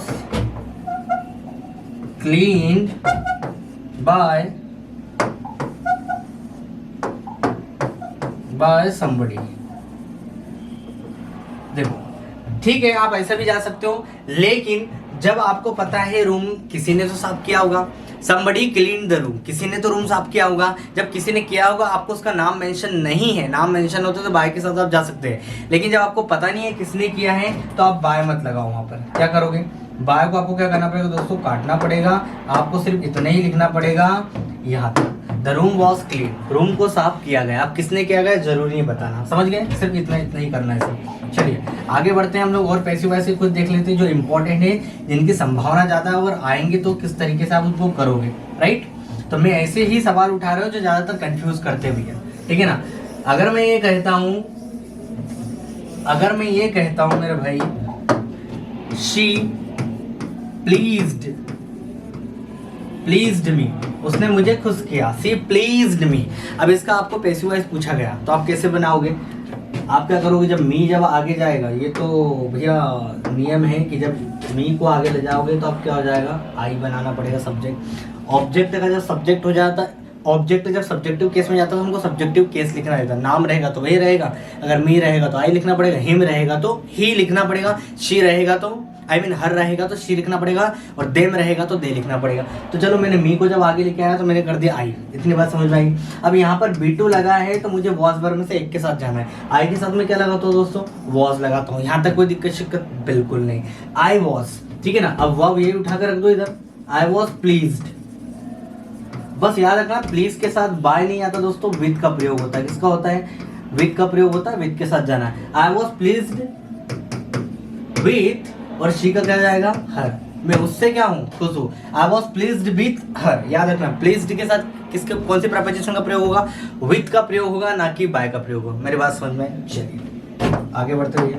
तो आपके शायद 3-4 क्वेश्चन हो गए। 3 क्वेश्चन ऑलरेडी मैं करा चुका हूँ। एक तो आपके जैसे आप देख ही रहे हो स्लाइड में है, और 3 क्वेश्चन ऑलरेडी मैं करा चुका हूँ। चलिए एक क्वेश्चन और देख लेते हैं। मान लो इस तरीके से आए, शी लाफ्ड एट मी। एक तो ये होगा, एक और बहुत कॉमन होता है जो हर बार आता है, people speak English all over the world. She laughed at me, वो मुझ पर हंसी। इसका पेशवाज बनाना, देखो बी2 लगा है तो मैं वॉज भर के जाऊंगा, ये तो कोई दिक्कत नहीं है, कुछ नहीं करना है। मी को जब मैं आगे लाऊंगा तो क्या हो जाएगा दोस्तों मेरा? मी को जब मैं आगे लाऊंगा तो मेरा हो जाएगा भैया आई। क्या हो गया? आई। ठीक है ना। अब मैं लगाऊंगा वॉज, आई वॉज। लाफ को वैसे वैसे लिख दो, लाफ्ड। एट को भी वैसे वैसे लिखना है, हटाना नहीं है। अब बाय का प्रयोग कर दो। ज्यादातर बच्चे क्या करते हैं कि भाई एट तो ऑलरेडी लगा है तो बाय का प्रयोग नहीं करूं। भैया ये एट जो है वो लाफ के साथ आए। लाफ एक ऐसी वर्ब है जिसके साथ विथ भी आता है और एट भी आता है। ठीक है ना। जब किसी इंसान पर हंसने की, कुछ भी कटाक्ष, कुछ भी करने की बात हो तो आप एट के साथ जाओ। उसके बिहेवियर से हो तो विथ के साथ जाओ। ठीक है ना। लाफ्ड विथ जनरली ऐसा होता है, जैसे एंग्री विथ और एंग्री एट होता है ना, वैसे ही होता है। तो लाफ के साथ एट परमानेंट है, बस बाय लगाना है, और इसका ऑब्जेक्टिव केस क्या हो जाएगा? Her. I was laughed at by her. ठीक है ना। चलिए इसको बना के देखो। समझ गए भैया? ये इसका राइट आपका पैसिव वॉइस है। चलिए जरा इसका बना के बताओ दोस्तों। People speak English all over the world. पूरी दुनिया में लोग अंग्रेजी बोलते हैं। तो हमें पता है ऑल ओवर द वर्ल्ड, एक ऑब्जेक्ट ये हो गया और एक ऑब्जेक्ट हमारा ये है। ठीक है भैया। एक ऑब्जेक्ट कहाँ हो गया दोस्तों? All over the world. दूसरा होगा इंग्लिश। तो मान लो कि आपके सेंटेंस में अगर 2 ऑब्जेक्ट दिए रहे हैं तो आपको करना क्या है, समझने की कोशिश करो। अगर आपके सेंटेंस में 2 ऑब्जेक्ट दिए हैं दोस्तों, तो आपको करना क्या है कि जो वर्ब है उसके बाद आने वाले सब्जेक्ट में पहले प्रायोरिटी आपको देना है। ठीक है ना। पीछे से हमें कोई पिक्चर नहीं, वो एडवर्ब से हमें कोई मतलब नहीं। एडवर्ब ऑफ प्लेस हो सकता है, टाइम हो सकता है, उससे हमें कोई मतलब नहीं। तो करना क्या है? कुछ नहीं है। हमारा ऑब्जेक्ट क्या है? डायरेक्ट ऑब्जेक्ट कौन सा भैया? Direct object English. तो मैंने इंग्लिश को आगे लेके आ गया, ये इंग्लिश मेरी आगे हो गई। इंग्लिश अब प्रेजेंट है, V1 लगा है, हम जानते हैं वर्ब का फर्स्ट फॉर्म या SES। Okay guys, so let's move to the next question. और नेक्स्ट आपका क्वेश्चन है दोस्तों, ये आपका 11 नंबर का क्वेश्चन है, 11th क्वेश्चन है, राइट। क्वेश्चन को ध्यान से समझते हैं और पढ़ते हैं और उसमें एक गलती क्या है, ठीक है ना। Find out which part has an error and mark it as your answer. If there is no error, mark no error as your answer. जिस भी हिस्से में गलती है उसको मार्क करें, किस हिस्से में गलती है एरर, और नहीं है तो उसको लेट इट बी, छोड़ दें। देखें हमारा सेंटेंस है दोस्तों, if I had found her phone number, I have called her, no error. क्या लग रहा है दोस्तों इस सेंटेंस में गलती क्या है? कौन से पार्ट में गलती है? ए में है, बी में है, सी में है और डी में है। यहाँ पर मैं सेंटेंस को लिखना चाहूँगा, लिखा है इफ़ आई हैड फाउंड, ठीक है ना, हर फोन नंबर, हर फोन नंबर, क्लियर, यहाँ तक कोई दिक्कत नहीं। आई हैव कॉल्ड हर। अब देखो दोस्तों, आपका सेंटेंस कहाँ से स्टार्ट हुआ? आपका सेंटेंस जो स्टार्ट हुआ दोस्तों इफ़ से हुआ, राइट। और जब भी हम जानते हैं कि जब भी सेंटेंस इफ़ से स्टार्ट होता है कहीं ना कहीं कंडीशन की बात होती है। किसकी बात होती है? कंडीशन की बात होती है, राइट। और जो कंडीशनल सेंटेंसेस होते हैं, अगर आपका सेंटेंस पास्ट में तो सेकंड भी पास्ट में जाएगा। अगर आपका पहला सेंटेंस इफ़ हैड से स्टार्ट हुआ, इफ़ हैड और वर्ब का अगर थर्ड फॉर्म लगाएं तो सेकंड वाला जो रहेगा वो होगा दोस्तों हैव के बाद में हमको क्या रखना पड़ेगा? वुड रखना पड़ेगा, राइट। तो आप यहाँ पर देखो आई हैव लिखा है, right, called her. I have called हर ना होके आई वुड हैव क्या लिखा जाएगा? आई वुड हैव कॉल्ड हर लिखा जाएगा, राइट। मैं उसे बुला लेता। If I had a phone number, अगर मेरे पास उसके नंबर होते तो मैं उसे बुला लेता। ये कंडीशनल सेंटेंस होते हैं, हाइपोथेटिकल सेंटेंस कंडीशन पर आधारित होते हैं, ठीक है ना, जो सत्य नहीं होते। तो आपको किस हिस्से में गलती है दोस्तों? सी वाले पार्ट में एक्चुअली आपकी गलती थी, राइट। तो मैंने आपको करेक्शन बताया कि वहाँ पर क्या लिखा जाएगा। करेक्शन क्या होगा? आई हैव कॉल्ड हर की जगह क्या लिखा जाएगा? I would have called her, right. और इसी कंडीशनल सेंटेंस से एक और मुझे याद आ रहा, मैं यहीं कहीं आपको करा देता हूँ क्योंकि that would be better for you, right.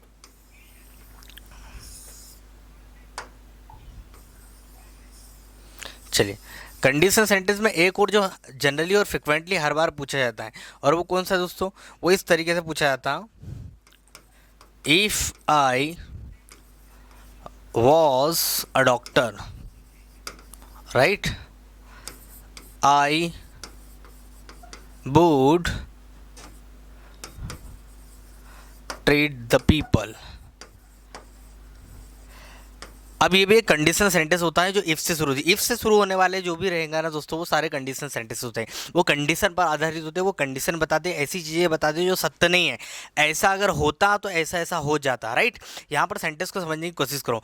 और आपको मान लो इस तरीके से ऑप्शन में आपको दे दिया कि कौन से हिस्से में गलती है।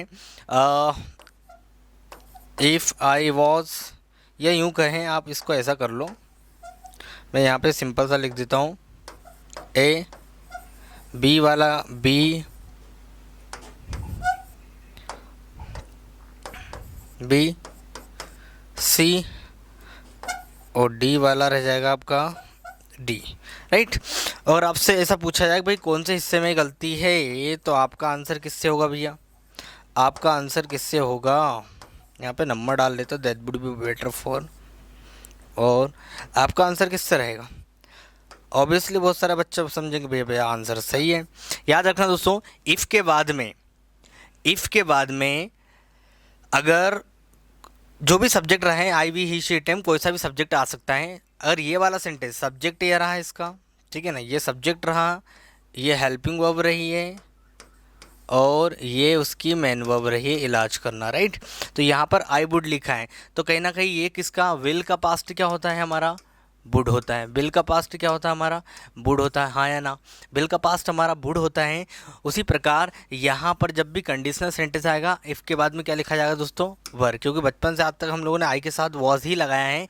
लेकिन जब बात आती है कंडीशनल सेंटेंस की, तो वहाँ पर आई के साथ क्या लगाया जाता है? कोई भी सब्जेक्ट हो उसके साथ हम लोग वर के साथ जाते हैं। क्यों जाते हैं? क्योंकि ये कंडीशन है। वो कह रहा इफ़ आई वर डॉक्टर, अगर मैं डॉक्टर होता, है तो नहीं ना?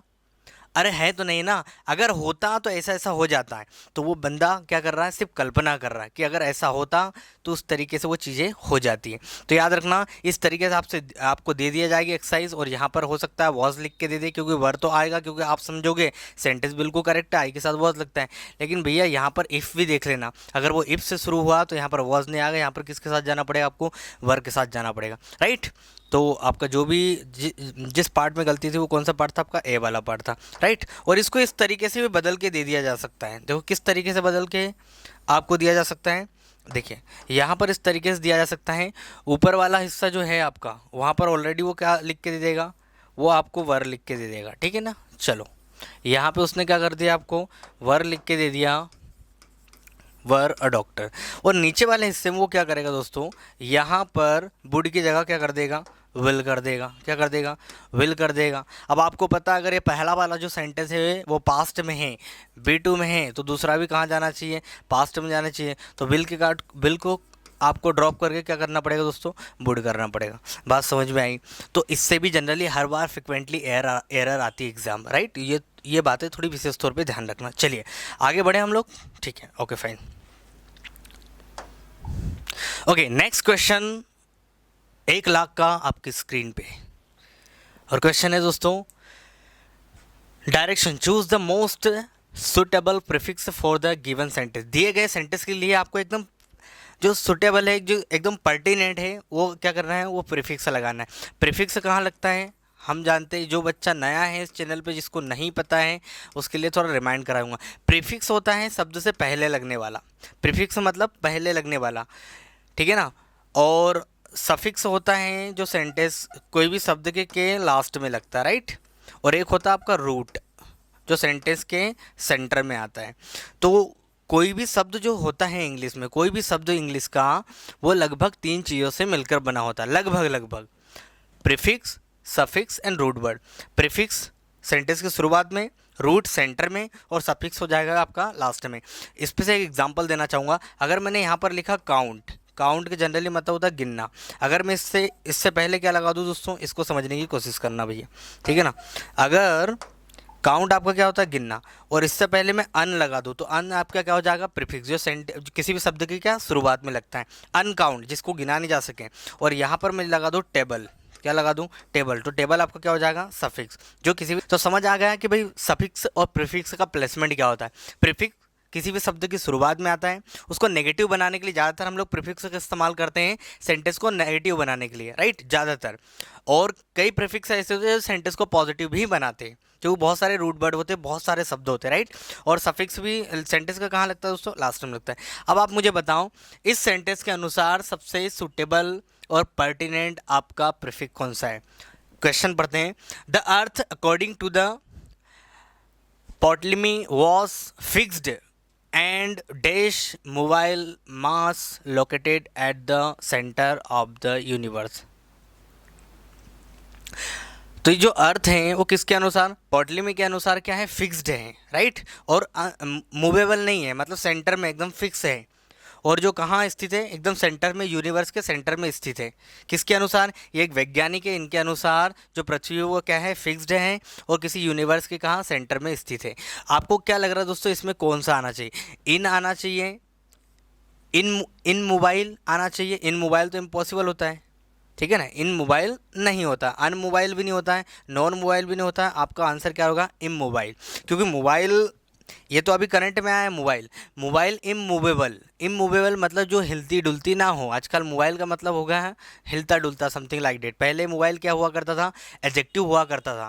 What kind of the thing that you are going to see, immovable thing that can not be actually move. ऐसी चीज़ जो नहीं हिल सकती उसको इमूवेबल बोला जाता है। लेकिन आज प्रेजेंट में मोबाइल पहले एडजेक्टिव था और आज क्या बन गया है, आज नाउन की तरह हम लोग इस्तेमाल कर रहे हैं, राइट, मोबाइल, ठीक है ना, जो नाउन की तरह इस्तेमाल किया जा रहा है, लेकिन पहले क्या था दोस्तों, एडजेक्टिव की तरह इस्तेमाल किया जा रहा था। तो आपका करेक्ट आंसर क्या होगा भैया, आपका करेक्ट आंसर होगा दोस्तों ये आपका थर्ड वन, इम मोबाइल। मोबाइल का अगर आपको इम मोबाइल बना मतलब नेगेटिव बनाना है जनरली, या इस तरीके से उसको चाहे एडजेक्टिव में आप ट्रांसफ़र करो या फिर नाउन बनाओ, कुछ भी बनाओ, तो आप किसके साथ जाओगे, इम के साथ जाओगे, ना कि इन के साथ जाओगे। समझ गए। चलिए आगे बढ़ें। चलिए अगला क्वेश्चन आपका 13, select the most appropriate option to fill in the blank. Okay fine. The child run away, days are later, I saw old lady walking towards my house. Again यहाँ पर आगे भी आर्टिकल्स आ गए आपको, राइट। अब आपको क्या करना है, अब दो जगह आपको ब्लैंक प्लेस दिए हैं, आपको क्या करना है, सही चूज़ करना है कौन सा आर्टिकल आएगा। तो मैं सेंटेंस को फिर से पढ़ने की कोशिश करता हूँ। द चाइल्ड रन अवे, बच्चा वहाँ से भाग गया, मतलब 1 घंटे पहले वहाँ से भाग गया। I saw days old lady walking towards my house. इस सेंटेंस को पढ़ने के बाद में दो अलग अलग नाउन के बारे में जिक्र किया गया है और दोनों के बारे में कोई डेफिनेट जानकारी नहीं है मुझे, राइट। तो कहीं ना कहीं दोनों सेंटेंस में इंडेफिनेट आर्टिकल आना चाहिए, right.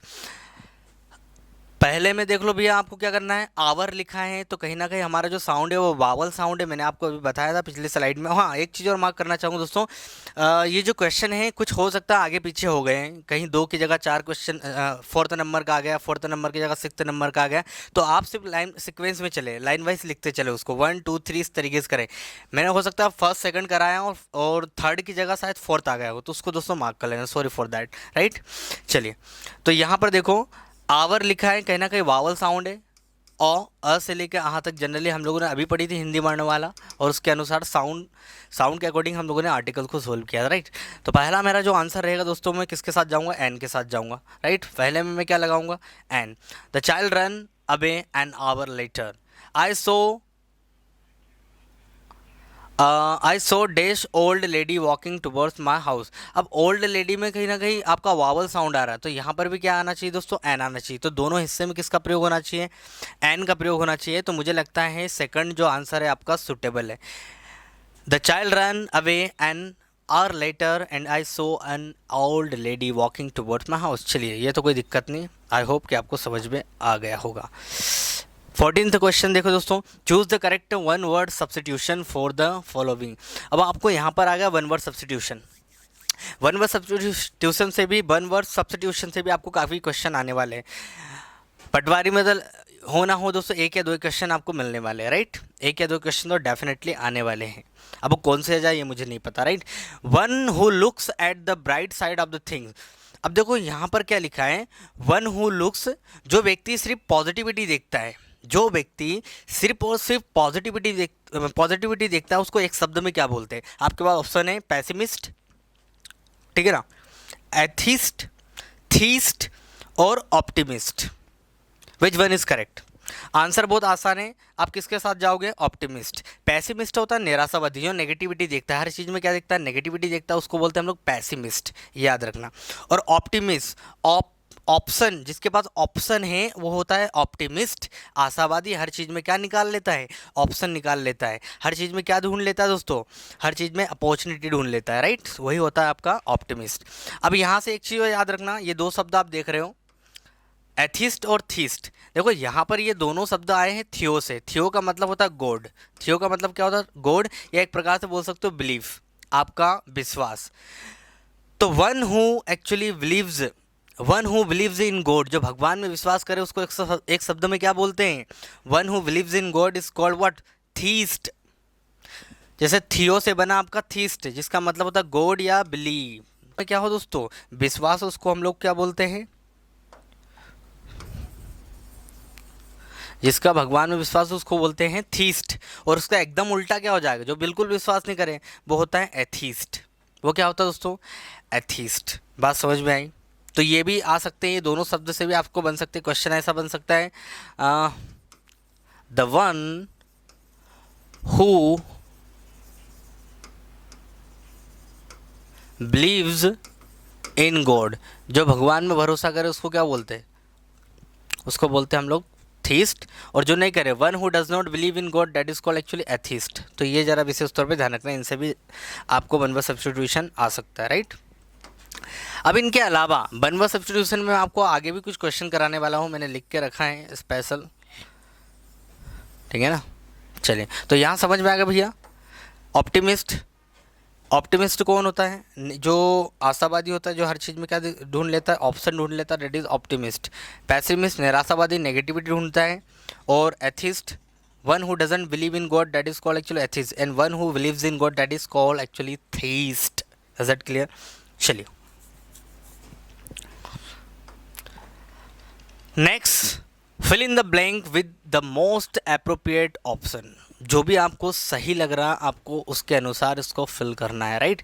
Children days online for more than a year now. बच्चे जो वो आजकल इंटरनेट पे हैं, ऑनलाइन क्या कर रहे हैं दोस्तों? तो ऑप्शन चूज़ करना है। तो चिल्ड्रन स्टडी, अब जैसे जब मैं ऑप्शन लगाऊंगा तो सेंटेंस कहीं ना कहीं मैनर में जाएगा। Children study online for more than a year, online वो पढ़ाई करते 1 साल से ज़्यादा, ठीक है। Children are studying online for more than a year. और थर्ड है आपका have been studying online for more than a year and studied. अब यहाँ पर आप लॉजिकली ऐसा चलो भैया, देखो आपको यहाँ पे वो क्या लिख के दे रहा है? यहाँ पे आपको फॉर लिख के दे रहा है, राइट। और फॉर जो होता है वो हमारी प्रेपोजिशन होती है, जनरली हम लोग एडवर्ब की तरह इस्तेमाल करते हैं टाइम दिखाने के लिए।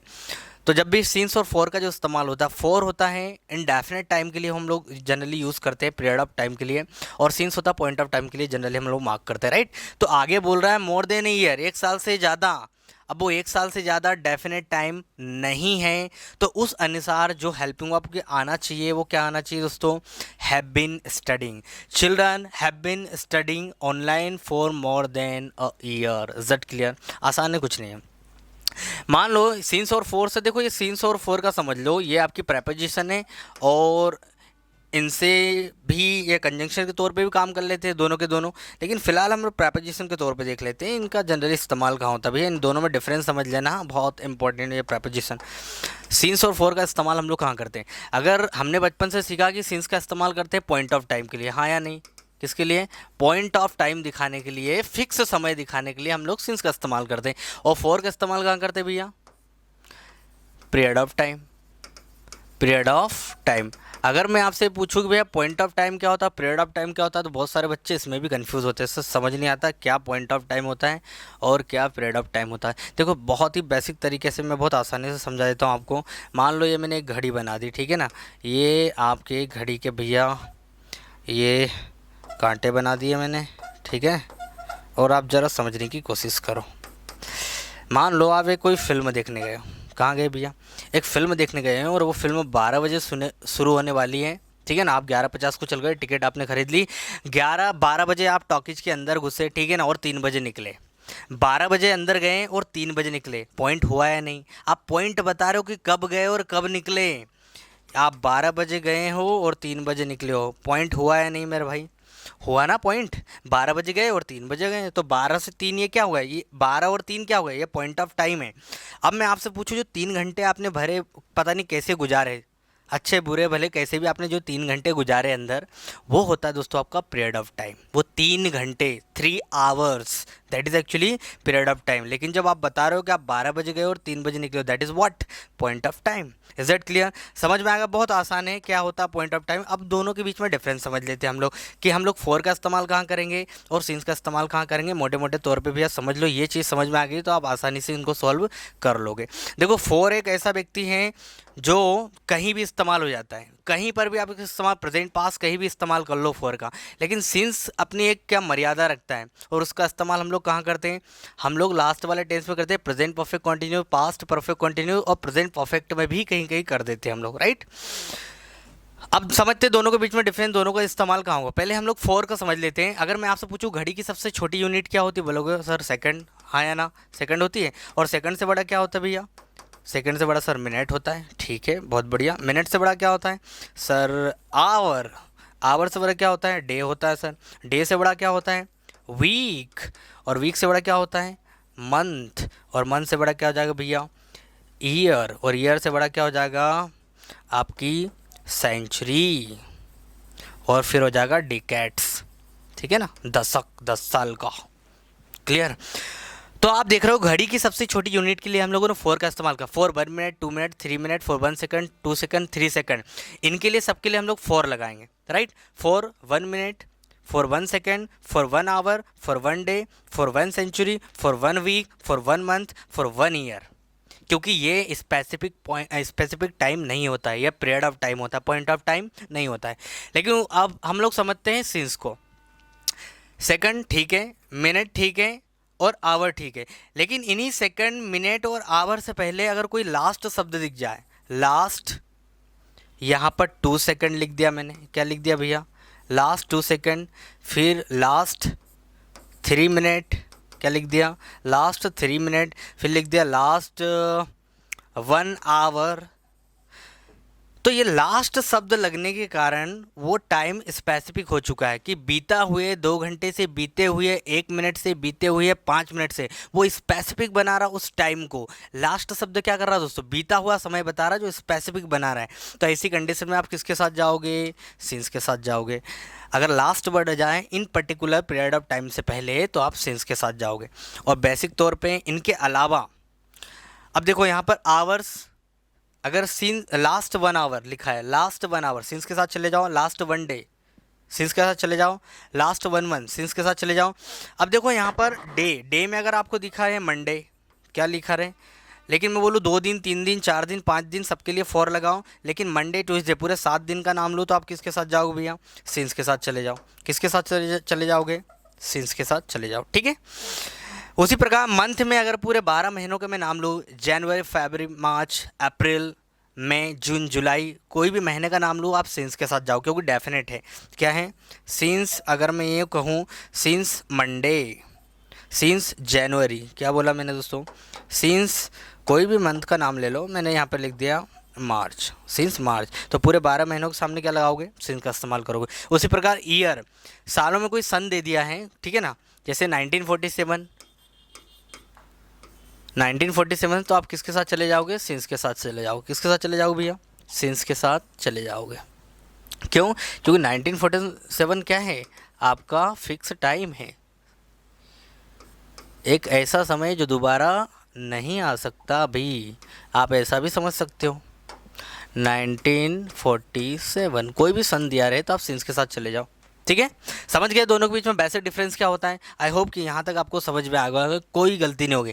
अब यहाँ पर कोई भी एक्सरसाइज आपको आ जाए और आपको सीन्स 4 अगर ऑप्शन में दिया रहे कि भाई सीन्स 4 में से क्या आएगा, जैसे राधा सुबह से खाना बना रही, Radha has been cooking food since morning. हाँ एक चीज़ और है, यहाँ पर मैंने मेंशन नहीं किया, जैसे मॉर्निंग होता है ना, ये मॉर्निंग, इवनिंग और आफ्टरनून, इनके लिए आप क्या करो, सिंस का प्रयोग कर दो जनरली। क्यों होता है ऐसा, हालांकि स्पेसिफिक टाइम नहीं होता है। मैंने कहा मैं सुबह से खाना खा रहा हूँ, तो सुबह कब से खाना खा रहा हूँ स्पेसिफिक टाइम नहीं होता है, लेकिन फिर भी हम लोग सिंस का प्रयोग करते हैं। देखो यहाँ पर सिंस का मतलब स्पेसिफिक टाइम से लेना देना नहीं है, उसको ऐसा समझो। कोई अगर बंदा बोल रहा मैं सुबह से खाना खा रहा हूँ, मतलब सुबह से लेके अब तक, जब वो बोल रहा है तब तक, इसको बोल रही है, ड्यूरेशन बता रहा है वो, ये स्पेसिफिक टाइम बता रहा है कि सुबह से लेके अब तक। मेरी बात समझ में आई। इसलिए हम लोग मॉर्निंग, इवनिंग, आफ्टरनून के लिए क्या रखते हैं, सिंस का प्रयोग करते हैं। आई होप ये चीज़ें आपको समझ में आ गई होगी मेरे दोस्तों। आगे बढ़ूँ मैं, अगर इनसे अगर कोई भी एक्सरसाइज आएगा आप आसानी से उसको सॉल्व कर लोगे, राइट। जैसा अगर मैं कहूँ, अगर मैं इस तरीके से लिखता हूँ, चलो एक एक्सरसाइज मैं आपको दे ही देता हूँ। Okay guys, so let's move to the next question. और नेक्स्ट क्वेश्चन है आपका दोस्तों, अभी सीन्स और 4 का प्रयोग समझ में आएगा ना सभी को, अच्छे से आगे दोस्तों। चलिए हम लोग अब आगे बढ़ते हैं और अगला क्वेश्चन आप अपनी स्क्रीन पे देख ही रहे हो। क्वेश्चन है दोस्तों आपका क्वेश्चन है, choose the appropriate adjective for the given statement. इस स्टेटमेंट के लिए आपको एप्रोप्रिएट एडजेक्टिव का जनरली आपको चुनाव करना है। एडजेक्टिव क्या करता है, अब देखो ये यहाँ पर आप ये चीज़ में विशेष तौर पे ध्यान रखें कि एडजेक्टिव का काम क्या होता है। एडजेक्टिव का काम जनरली होता है किसी नाउन को क्या करना है, मॉडिफाई करना है, क्वालिफाई करना। तो नाउन से पहले ही हमेशा क्या आएगा दोस्तों, आपका एडजेक्टिव आएगा, राइट। एक्सेप्टेबल, एक्सेप्टेंस, एक्सेप्टेबिलिटी और एक्सेप्ट। एक्सेप्ट आपकी वर्ब होती है, ये भी आपका नाउन होता है। एक्सेप्टेंस भी आपका नाउन होता है। अब देखो यहाँ पर 3 नाउन है, अब एक ही बचा है जो एडजेक्टिव का काम कर रहा है, एक्सेप्टेबल। कैसा ग्रेड से जिसको अपनाया जा सके ऐसा ग्रेड है, acceptable manner. Acceptable actually gift, this gift is actually acceptable. तो राइट वन हो गया दोस्तों आपका फर्स्ट वाला, राइट। चलिए आई होप ये समझ में आ गया होगा। आगे बढ़ता हूँ। 17 क्वेश्चन आप देख रहे हो दोस्तों आपके स्क्रीन के ऊपर, क्या नजर आ रहा है आपको, select the most appropriate option to fill in the blank. आपको मोस्ट एप्रोप्रिएट ऑप्शन के साथ जाना है जो एकदम सुटेबल हो उसके लिए। The first bell in our school rings at 7:30 AM। अब हम लोगों को पता है टाइम जो होता है, टाइम से पहले हम लोग जनरली 2 प्रीपोजिशन यूज करते हैं, एट का भी करते हैं हम लोग और इन का भी करते हैं। जब टाइम आपको एज अ क्लॉक वाइज दिया हो, जैसे 7 o'clock, 8 o'clock, 8 AM, 7 AM, 7 PM, तो ऐसी सिचुएशन में आप किसके साथ जाते हो, एट के साथ जाते हो, राइट। और उसी प्रकार आपको ऐसा टाइम दिया रहे जहां पर क्लॉक वाइज टाइम नहीं रहे, जैसे 7 o'clock, 8 o'clock, 7:30, 8:30, ऐसा कुछ नहीं हो तो आप इनके साथ जाते हो। इन मॉर्निंग, इन 2017, इन 2025, मतलब ऐसा कोई भी fix time, point of time, future का पॉइंट ऑफ टाइम बताने के लिए हम लोग जनरली किसका इस्तेमाल करते हैं, इनका, फ्यूचर का पॉइंट ऑफ टाइम बताने के लिए। तो अब देखें यहाँ पर ऑन तो आएगा नहीं, ऑन का यूज हम लोग कहाँ करते हैं दोस्तों, जनरली हम लोग करते हैं डे और डेट के लिए हम लोग किसका इस्तेमाल करते हैं, ऑन का इस्तेमाल करते हैं, राइट। डे और डेट के लिए, जैसे डे मैंने on Monday, on Tuesday, on Wednesday. Date मतलब ऑन 26th ऑफ, जो भी आगे डेट लिखी हुई है, हाँ। और इनका इस्तेमाल तो हम लोग कैसी सिचुएशन में करते हैं, जब आप बिग प्लेस के लिए हम लोग क्या लगाते हैं, इनका प्रयोग करते हैं। बिग प्लेस के लिए हम लोग इनका इस्तेमाल करते हैं। इनका यूज हम लोग टाइम के लिए भी करते हैं। इनका यूज जब कोई चीज पहले से कहीं मौजूद हो तो ये बताने के लिए हम लोग इन। अभी मैं कहाँ हूँ, रूम में, तो I am in the room, right. मैं भोपाल में हूँ, I am in big city से पहले I am in Bhopal, I am in Khandwa, right. तो इनके कई यूज होते हैं, लेकिन इस एक्सरसाइज के अनुसार जो एप्रोप्रिएट जो तो 4 हो जाएगा के लिए, और टाइम के लिए भी करते हैं, पीरियड ऑफ टाइम के लिए। तो एक ही प्रपोजिशन आपकी बचती है दोस्तों, right one, that is at. The first bell in our school rings at 7:30। कब बजती है, 7:30 बजे। चलिए आई होप ये चीजें आपको समझ में आ गई होगी। Okay fine. नेक्स्ट क्वेश्चन आपका है दोस्तों स्क्रीन के ऊपर, choose the most suitable prefix for the given statement. ये दिए गए स्टेटमेंट के अकॉर्डिंग आपको एकदम सुटेबल प्रीफिक्स लगाना है। प्रीफिक्स क्या होता है मोर्टल। अब मोर्टल का हम लोग देखो, मोर्टल का मतलब होता है नश्वर। क्या होता है? नश्वर। जिसका जन्म हुआ उसका मरना निश्चित है। ये 1 बार सब्स्टिट्यूशन में भी आपको आ सकता है। What is mortar? मतलब अ मैन हु डाई, जो लोग मरते हैं। मेन में देखो मैंने बोला मेन हु डाई, मेन में मेल और फीमेल दोनों हो जाते हैं, राइट? मेल और फीमेल दोनों हो जाते हैं, तो मैंने ऐसे ही जनरली बना दिया इसका। तो जो व्यक्ति मर जाते हैं उनके लिए हम लोग क्या बोलते हैं? मॉर्टल। मतलब जिसका जन्म हुआ उसका मरना निश्चित है। ऐसी कंडीशन में किसके साथ जाता है? ऐसा जाए a person who is who never die, ऐसा भी हो सकता है। A person who never dies, जो कभी नहीं मरता, जो कभी नहीं मरता उसको बोलते हैं इमोर्टल। यहाँ पर आई एम जोड़ना है, तो एक्चुअल में जो करेक्ट आंसर है दोस्तों इम।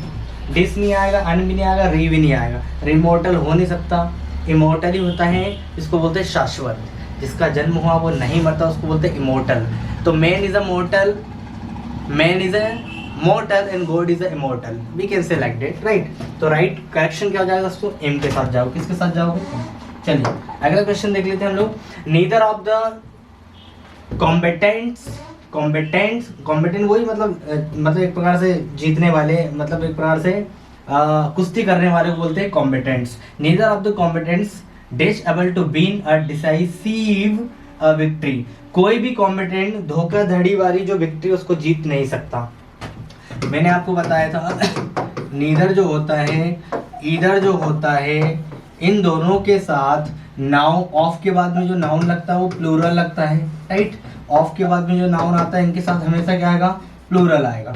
अब याद रखना, अगर ऐसा लिखा है भी है तो इसको समझ लेना, नीदर ऑफ द बॉयज। और यहाँ पर आपको ऑप्शन में है भैया, ऑप्शन में समझ लेना क्या दे रहा है। ऑप्शन में आपको दे रहा है भैया, ऑप्शन में आपको दे दिया उसने वॉज वर। क्या दे दिया? वॉज और वर। और आगे की कहानी से हमें कोई मतलब है, हमें ये चूज करना है कौन सी हेल्पिंग होगा। देखो नीदर और ईदर ये दोनों ही क्या होते हैं भैया? सिंगुलर होते हैं। क्या होते हैं? सिंगुलर होते हैं। क्या होते हैं? सिंगुलर होते हैं। इसको थोड़ा अलग से बताऊंगा। नीदर और ईदर दोनों सिंगुलर होते हैं। आने वाली वर्ब भी इसके साथ क्या होती है? सिंगुलर होती है, राइट? ऑफ, ये ऑफ प्रीपोजिशन है और ये जो है वो प्रीपोजिशन का ऑब्जेक्ट है। तो जो प्रीपोजिशन का ऑब्जेक्ट होगा वो कोई भी वॉज वर्ब नहीं लेगा। अब सब्जेक्ट किसको बनने पड़ेगा? नीदर को। ये ऑलरेडी मैं सब्जेक्ट वर्ब अग्रीमेंट में अच्छे से करा चुका हूँ, ठीक है ना? जिन मेरे भाई और बहनों ने सब्जेक्ट वर्ब अग्रीमेंट का वीडियो नहीं देखा तो एग्जाम से पहले एक बार वीडियो को जरूर देखिएगा दोस्तों। आपको बहुत सारे सब्जेक्ट मार्क किए उसमें, जिससे आपको आइडिया मिलेगा अगर इससे एरर आती है आप कैसे करोगे। तो नीदर और ईदर दोनों जब भी आए आने वाली वर्ब हमेशा क्या होगी? सिंगुलर, ठीक है ना? तो यहाँ पर देखो neither of the competents dash able to win a decisive. आर तो आ नहीं सकता, ठीक है ना? क्योंकि जीत सका, ये बात हो रही पास्ट की, ठीक है ना? वर भी नहीं आएगा क्योंकि सिंगुलर वर्ब, हैव भी नहीं आएगा। तो राइट आंसर आपका क्या होगा दोस्तों? राइट आंसर होगा दोस्तों आपका was. Neither of the competents was able to been a decisive victory. Is it clear? चलिए आगे बढ़ता हूं मैं। अगला क्वेश्चन आप देख लो दोस्तों, choose the correct form of the verb that is in a agreement with the subject. आपको क्या करना है? सही वर्ब का चयन करना है, सही वर्ब को चूज करना है इस अग्रीमेंट के अकॉर्डिंग, राइट? चलिए देखते हैं हम लोग। Unless C dash done the work to my standard I shall her. अब मुझे नहीं पता यहाँ पर क्या आएगा। मान लो यहाँ पर अनलेस लगा है, अनलेस के बाद में शी लगा है, ठीक है ना? तो अनलेस क्या दिखाता है? एक प्रकार से कंडीशन बताता है। क्या दिखाता है? कंडीशन। यदि तुम काम को नहीं करोगे तो उसके डायरेक्ट कॉन्सिक्वेंसेस आपको फेस करना पड़ सकता है। यदि आपने ऐसा नहीं किया तो ऐसा हो जाए। जैसे मैंने बोला unless you study you want success. जब तक तुम पढ़ाई नहीं करोगे तुम सफल नहीं हो पाओगे, राइट? ये मेरा एक स्टेटमेंट है। तो अनलेस क्या दिखाता है? नेगेटिव स्टेटमेंट देखा। तो देख लेते हैं इसमें क्या है। अनलेस विल वुड नॉट एप्रिसिएटिंग, तो पहले वाला ऑप्शन का तो इम्पॉसिबल, वुड नॉट तो आ ही नहीं सकता आगे। इस सेंटेंस में वुड नॉट कैसे आएगा? ये पास्ट में थोड़ी ना है, सिंपल पास्ट में थोड़ी ना, सिंपल पास्ट में होता तो वुड नॉट के साथ जाता मैं। Have shall not appreciated. देखो आपको नहीं समझ में आ रहा तो एक काम करो, यहाँ पर देखो सब्जेक्ट क्या है? शी, और यहाँ पर डन लिखा है, मतलब यहाँ पर वर्ब का थर्ड फॉर्म आ रहा है। तो कहीं ना कहीं वर्ब का थर्ड फॉर्म जो हम लोग लगाते हैं वो प्रेजेंट परफेक्ट टेंस में लगाते हैं। सब्जेक्ट हैज है, वर्ब का थर्ड फॉर्म और ऑब्जेक्ट। ये हमारा प्रेजेंट परफेक्ट का स्ट्रक्चर होता है भैया। हैज, हैव, थर्ड फॉर्म और अदर वर्ड, ये हमारा प्रेजेंट परफेक्ट का स्ट्रक्चर होता है। तो यहाँ पर हैज़ जो होता है भैया, इसको समझ लेना जरा अच्छे से। सब्जेक्ट हैज़ वर्ब का थर्ड फॉर्म और ऑब्जेक्ट मार्क किया मैंने, क्या किया, ऑब्जेक्ट मार्क किया। तो सिंगुलर सब्जेक्ट के साथ में हैज़ लगाते हो, सी के साथ हैज़ लगा, यहाँ पर क्या लगा है, हैज़ हो जाएगा भैया यहाँ पर। Unless she has done the work, अगर उसने सॉरी इसका हिंदी अर्थ क्या होगा, unless she has done the work, यदि वह काम नहीं कर चुकी है, to my standard, I shall will not, एक शेल और विल एक साथ नहीं आ सकता, तो आपका राइट आंसर हो जाएगा भैया has. Shall not appreciate, I shall not appreciate, one से आपका जो ऑप्शन हो जाएगा वो क्या हो जाएगा दोस्तों, लास्ट वाला, आई शेल नॉट एप्रिसिएट हर, अगर वो राइट। चलिए अगला क्वेश्चन है आपका, identify the line segment in the sentence which contains a grammatical error. आपको देखना है इसमें ग्रामेटिकल एरर कौन से पार्ट में है। देखो, last week we throw a party, अब लास्ट वीक लिखा है, क्या लिखा है, लास्ट वीक, ठीक है ना, लास्ट वीक लिखा है और लिखा है वी थ्रोन लिखा है, सब्जेक्ट और अब देखो थ्रो एक वर्ब होती है जिसका मतलब होता है फेंकना, सेकंड फॉर्म हो जाता है शायद थ्रू और थर्ड फॉर्म हो जाएगा दोस्तों इसका थ्रोन। तो यहाँ पर भाई साहब ने क्या करा, यहाँ पर उसने क्या करा भैया, सब्जेक्ट के बाद ही थर्ड फॉर्म दे दिया। हम जानते हैं सब्जेक्ट के बाद में थर्ड फॉर्म नहीं आता, थर्ड फॉर्म अगर लगाना है तो आपको हैज़ का प्रयोग करना पड़ेगा, हैज़ का प्रयोग क्या करना पड़ेगा, बी के बाद उसने थर्ड फॉर्म लगा दिया, ये वर्ब का थर्ड फॉर्म है जो सब्जेक्ट के बाद तुरंत नहीं आ सकता, आपको कोई ना वर्ब हैज़ या हैव के साथ आपको जाना पड़ेगा। अब वो नहीं है तो आपका जो आंसर रहेगा दोस्तों, जो गलत है वो क्या है, बी थ्रोन, राइट, समझ गए। चलिए आगे बढ़ता हूँ मैं। अगला क्वेश्चन मेरा tense, okay fine, see fill in the blank with the future perfect tense of the verb from the given option. आपको फ्यूचर परफेक्ट टेंस में हमको पता है विल, सॉरी हम लोग आते हैं फ्यूचर परफेक्ट टेंस में विल, शैल, हैव और थर्ड फॉर्म का प्रयोग करते हैं। स्ट्रक्चर होता है फ्यूचर परफेक्ट का। सिंगुलर सब्जेक्ट के साथ में क्या लगाओगे, देखो आप यूं मान के चलो कि विल जो होता है वो दो आपके सब्जेक्ट कौन कौन से लेता है, ही, शी, इट, कोई नेम आ गया एक, और ये हो गया आपका दे और हो गया वी। अब जो शेल होगा वो दो ही सब्जेक्ट लेता है फर्स्ट पर्सन, आई और यहाँ पर आप यू करो, सॉरी यू, यहाँ पर आई और वी लगाते हैं, ये ग्रामेटिकली रिटर्न के हिसाब से चलता है भैया। कि आपको विल के साथ क्या लगाना है और शेल के साथ क्या लगाना है। तो शी के साथ में किसके साथ जाऊंगा, विल के साथ जाऊंगा। विल और हैज ना होके सब्जेक्ट विल के साथ भी है और शेल के साथ भी है, तो शी विल हैव, और जॉब का थर्ड फॉर्म हो जाएगा जॉब्ड। ये तो हो नहीं सकता, ये भी नहीं हो सकता, पास्ट में ये भी नहीं हो सकता। राइट आंसर आपका क्या है, ठीक है। चलिए अगला क्वेश्चन आपका, choose the most suitable determiner for the given statement. दिए गए स्टेटमेंट के अकॉर्डिंग तो सुटेबल आपको डिटरमिनर्स लगाना है। This the student had a lame excuse to give for a coming late to class. ज़्यादातर बच्चे क्या करते हैं, क्लास में मतलब लेट आते हैं तो कई प्रकार के वो बहाने बनाते हैं, लेम एक्सक्यूजेस देते हैं। एक ऐसा बहाना बनाता है जिसपे यकीन नहीं किया जाए, कुछ भी एक्सक्यूजेस देते हैं, राइट। तो मुझे आप बताओ इसमें से कौन सा आएगा। अनदर स्टूडेंट, देखो अनदर क्या होगा, एन प्लस अदर, तो ये अदर में ही क्या जुड़ा हुआ है, एन। अदर तो मतलब होता है दूसरे, अदर क्या होता है दूसरे, और इसमें एन लग गया तो एक और दूसरे, या दूसरा सिंगुलर होगा तो दूसरा, एक और दूसरा। तो एक और दूसरा स्टूडेंट लेम एक्सक्यूजेस देता है, इम्पॉसिबल है, एक और दूसरा स्टूडेंट दे ही नहीं सकता। ऑल द स्टूडेंट, ऑल अगर आता तो यहाँ पे स्टूडेंट में एस लगा रहता है, ऑल अपने साथ में प्लूरल नाउन लेता है। All the students, all the girls, all the boys, तो आना संभव नहीं है। अब बच्चा है अदर, अदर मतलब कि जो क्लास के जो बच्चे हैं उनको छोड़ के दूसरे, अदर दूसरे बच्चे लेम एक्सक्यूजेस देते नहीं भैया, उस क्लास के बच्चों की बात हो रही तो वही देंगे ना, दूसरे क्यों देंगे। तो लास्ट आपका बना ईच, मतलब प्रति एक, हर एक बच्चा। तो राइट आंसर क्या है दोस्तों, यहाँ पर आपको लिखना पड़ेगा each student had a lame excuses to keep for coming late, ठीक है। अब इसके अलावा नरेशन के कुछ क्वेश्चन मैंने कराना शायद एक भी क्वेश्चन नहीं हुआ, तो मैं थोड़ा सा नरेशन आपको बता देता हूँ। नरेशन भी आपको जनरली 1 या 2 नंबर में आ सकता है। अब देखो नरेशन 2 होते हैं, एक आपका हो जाता है डायरेक्ट और वो एक होता है आपका इनडायरेक्ट, ठीक है ना। तो यहाँ पर आपने कोई बात बोली, जैसे आपको किसी ने बात बोली वही वैसे वैसे ही बोलना डायरेक्ट होता है, और अपने शब्दों में बोलना इनडायरेक्ट होता है, राइट। तो डायरेक्ट इनडायरेक्ट नरेशन समझ में आएगा क्या होता है। अब मैं तो आपको सीधी एक्सरसाइज बता देता हूँ कि डायरेक्ट और इनडायरेक्ट नरेशन में आप जनरली किस तरीके से एक्सरसाइज को करोगे। मान लो आपको इस तरीके से आ जाता है, जैसे मैंने कहा आपको ऐसा आ गया, ही सेड, ये इन्वर्टेड कॉमा होता है, he said I am late, ये आपका sentence, he said I am late. आपको इसको चेंज करना है। ये होती है आपकी रिपोर्टिंग वर्ब। ये क्या होती है? Reporting verb. रिपोर्टिंग वर्ब कहा, सुना, बोला, पूछा, ये सब आपकी रिपोर्टिंग वर्ब होती है। और ये ब्रैकेट के अंदर इन्वर्टेड कॉमा के अंदर वाला पार्ट होता है, इसको बोलते हैं हम लोग रिपोर्टेड स्पीच। क्या बोलते हैं? Reported speech, right. अब जो रिपोर्टेड स्पीच होगी वो रिपोर्टिंग वर्ब के अनुसार बदलती जाएगी। ये पास्ट में तो ये भी पास्ट में जाएगी, ये प्रेजेंट में है तो ये भी प्रेजेंट में रहेगी। तो मैंने पास्ट कर लिया, ही को वैसे वैसे लिखोगे आप, सेड को वैसे वैसे लगाओ, कॉमा को किससे रिप्लेस कर दोगे भैया? दैट से रिप्लेस कर दोगे। किससे रिप्लेस कर दोगे? दैट को। अब देखो याद रखना, आई और वी जो सब्जेक्ट होंगे, आई ये 2 सब्जेक्ट रिपोर्टिंग वर्ब के सब्जेक्ट के अनुसार बदलेंगे। किसके अनुसार बदलेंगे? रिपोर्टिंग वर्ब के सब्जेक्ट के अनुसार बदलेंगे।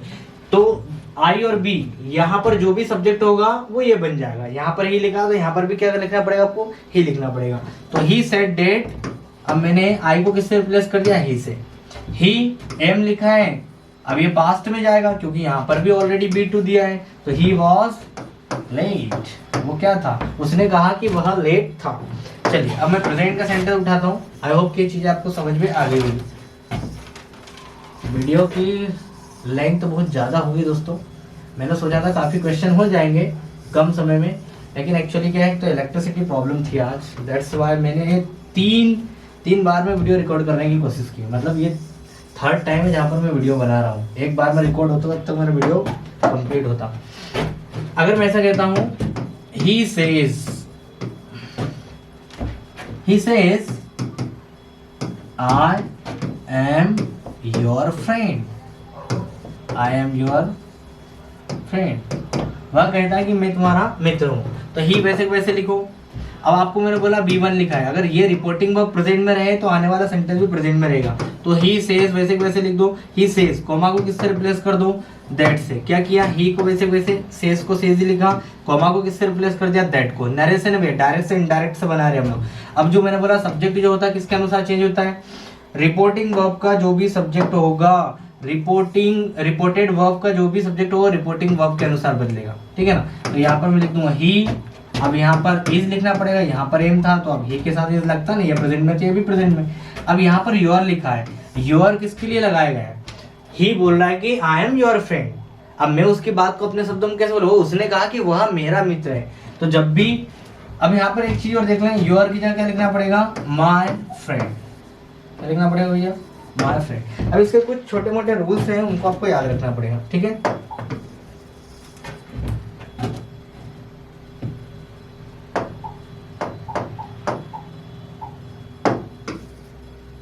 ओके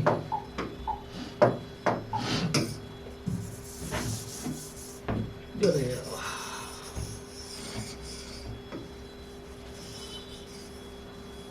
ओके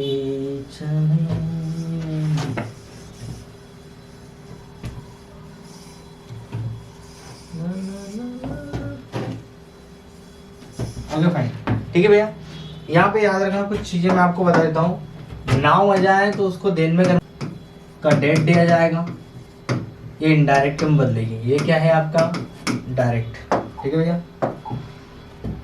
हियर का देयर हो जाता है, हियर का क्या हो जाता है? देयर हो जाता है। टू नाइट अगर लिखा रहे तो डेट नाइट हो जाता है। क्या हो जाता है? Date night. नाउ अगर लिखा रहे हैं तो ऑलरेडी लिख चुका हूँ मैं नाउ का, ठीक है। अगर आ जाए लास्ट नाइट, लास्ट नाइट अगर लास्ट शब्द अगर आ जाए भैया कहीं तो आप लिखोगे द प्रीवियस नाइट। क्या लिखोगे? द प्रीवियस नाइट लिख दोगे इसको।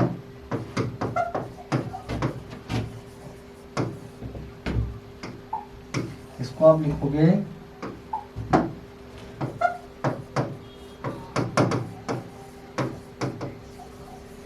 The previous night.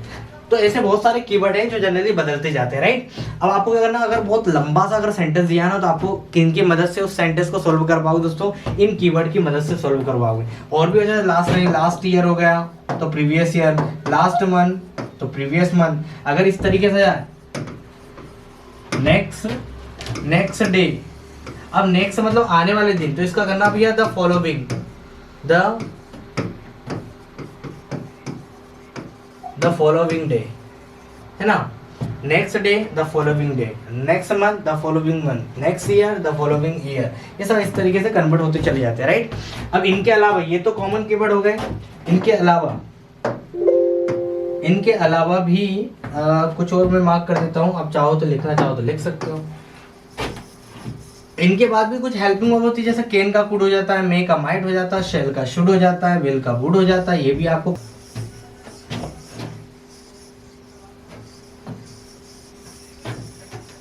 Okay.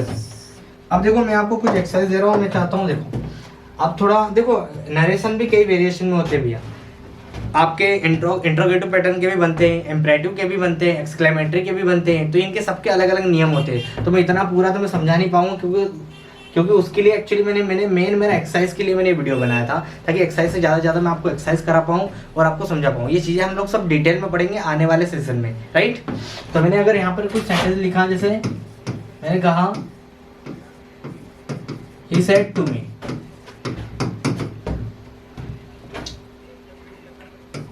do you know me। मान लो इस तरीके से आपको क्वेश्चन आ जाता है। याद रखना, जब भी इधर रिपोर्टेड स्पीच अगर आपकी डू डस से शुरू होती है, किससे शुरू होती है, do does, did, can, is, am, are, या सीधे शब्दों में कहूं तो WH पैटर्न से भी होती है, व्हाट, व्हेन। इनका सिस्टम अलग होगा, व्हाट, व्हेन, वेयर। लेकिन इनसे अगर शुरू होती है तो भैया आपको क्या करना पड़ेगा, ये जो रिपोर्टिंग वर्ब होती है इसको किस में कन्वर्ट करना पड़ेगा, आस्क।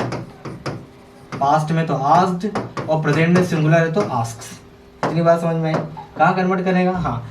अब ये जो कॉमा होता है ना, इसको इन केसेस में, किन केसेस में, इस केसेस में ये जो कॉमा होता है दोस्तों, इसको do does, is am are, was were के केसेस में किस में कन्वर्ट करना पड़ता है आपको, इफ या वेदर में कन्वर्ट करना है। कहाँ कन्वर्ट करना पड़ेगा, इफ या वेदर में आपको कन्वर्ट करना पड़ेगा। इफ को इफ या फिर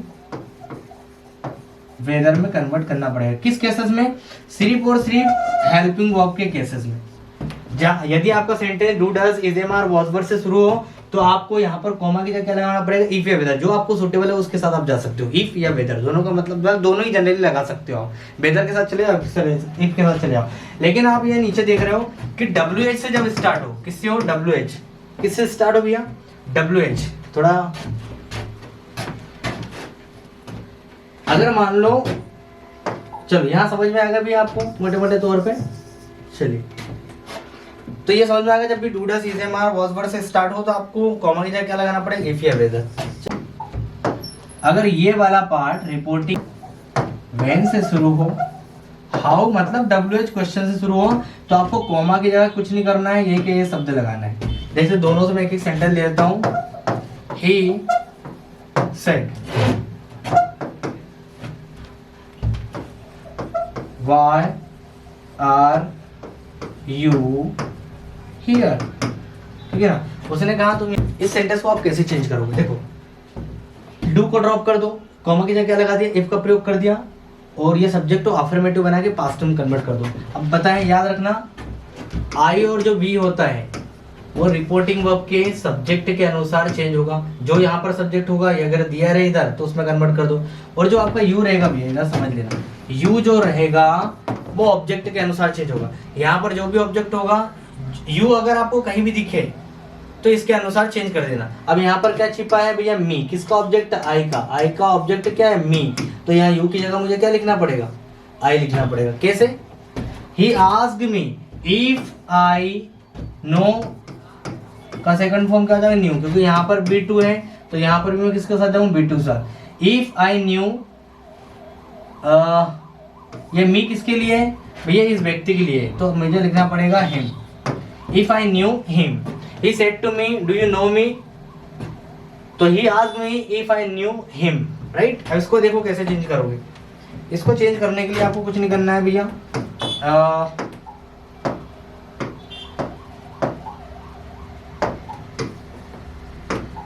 ही वैसे के वैसे लिखा, सेट को किस में बदलूंगा, आस्क्ड में बदलूंगा, राइट। उसके बाद में इधर कॉमा को किससे रिप्लेस कर दूंगा, जो शब्द यही है वही का वही लिख दूंगा। ही आस्क्ड व्हाई, अब इस सेंटेंस को मुझे अफर्मेटिव बनाना और पास्ट में चेंज करना है। आर यू हियर, तो क्या बनेगा, यू आर हियर। पास्ट में यू वर हियर, अब यू की जगह क्या लगा दूंगा, आई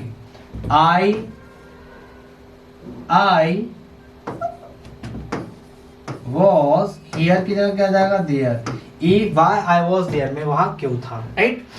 चलिए दोस्तों, ज़्यादा से ज़्यादा मैंने क्वेश्चन कराने की कोशिश की इस सेशन में और आपको ज़्यादा से ज़्यादा एक्सरसाइज मार्क करने की कोशिश की। हो सकता है इसमें से कुछ एक्सरसाइज आपका हो सकता है एग्जाम में अपेयर हो जाए तो आपको ज़्यादा से ज़्यादा हेल्प मिल सके, इसलिए मैंने ये सेशन रखा दोस्तों। ज़्यादा से ज़्यादा क्वेश्चन कराने की मैंने कोशिश की। हो सकता है बहुत सारी चीज़ें मैं नहीं करा पाया क्योंकि time, last I would like to say only one thing, best of luck for your examination, right.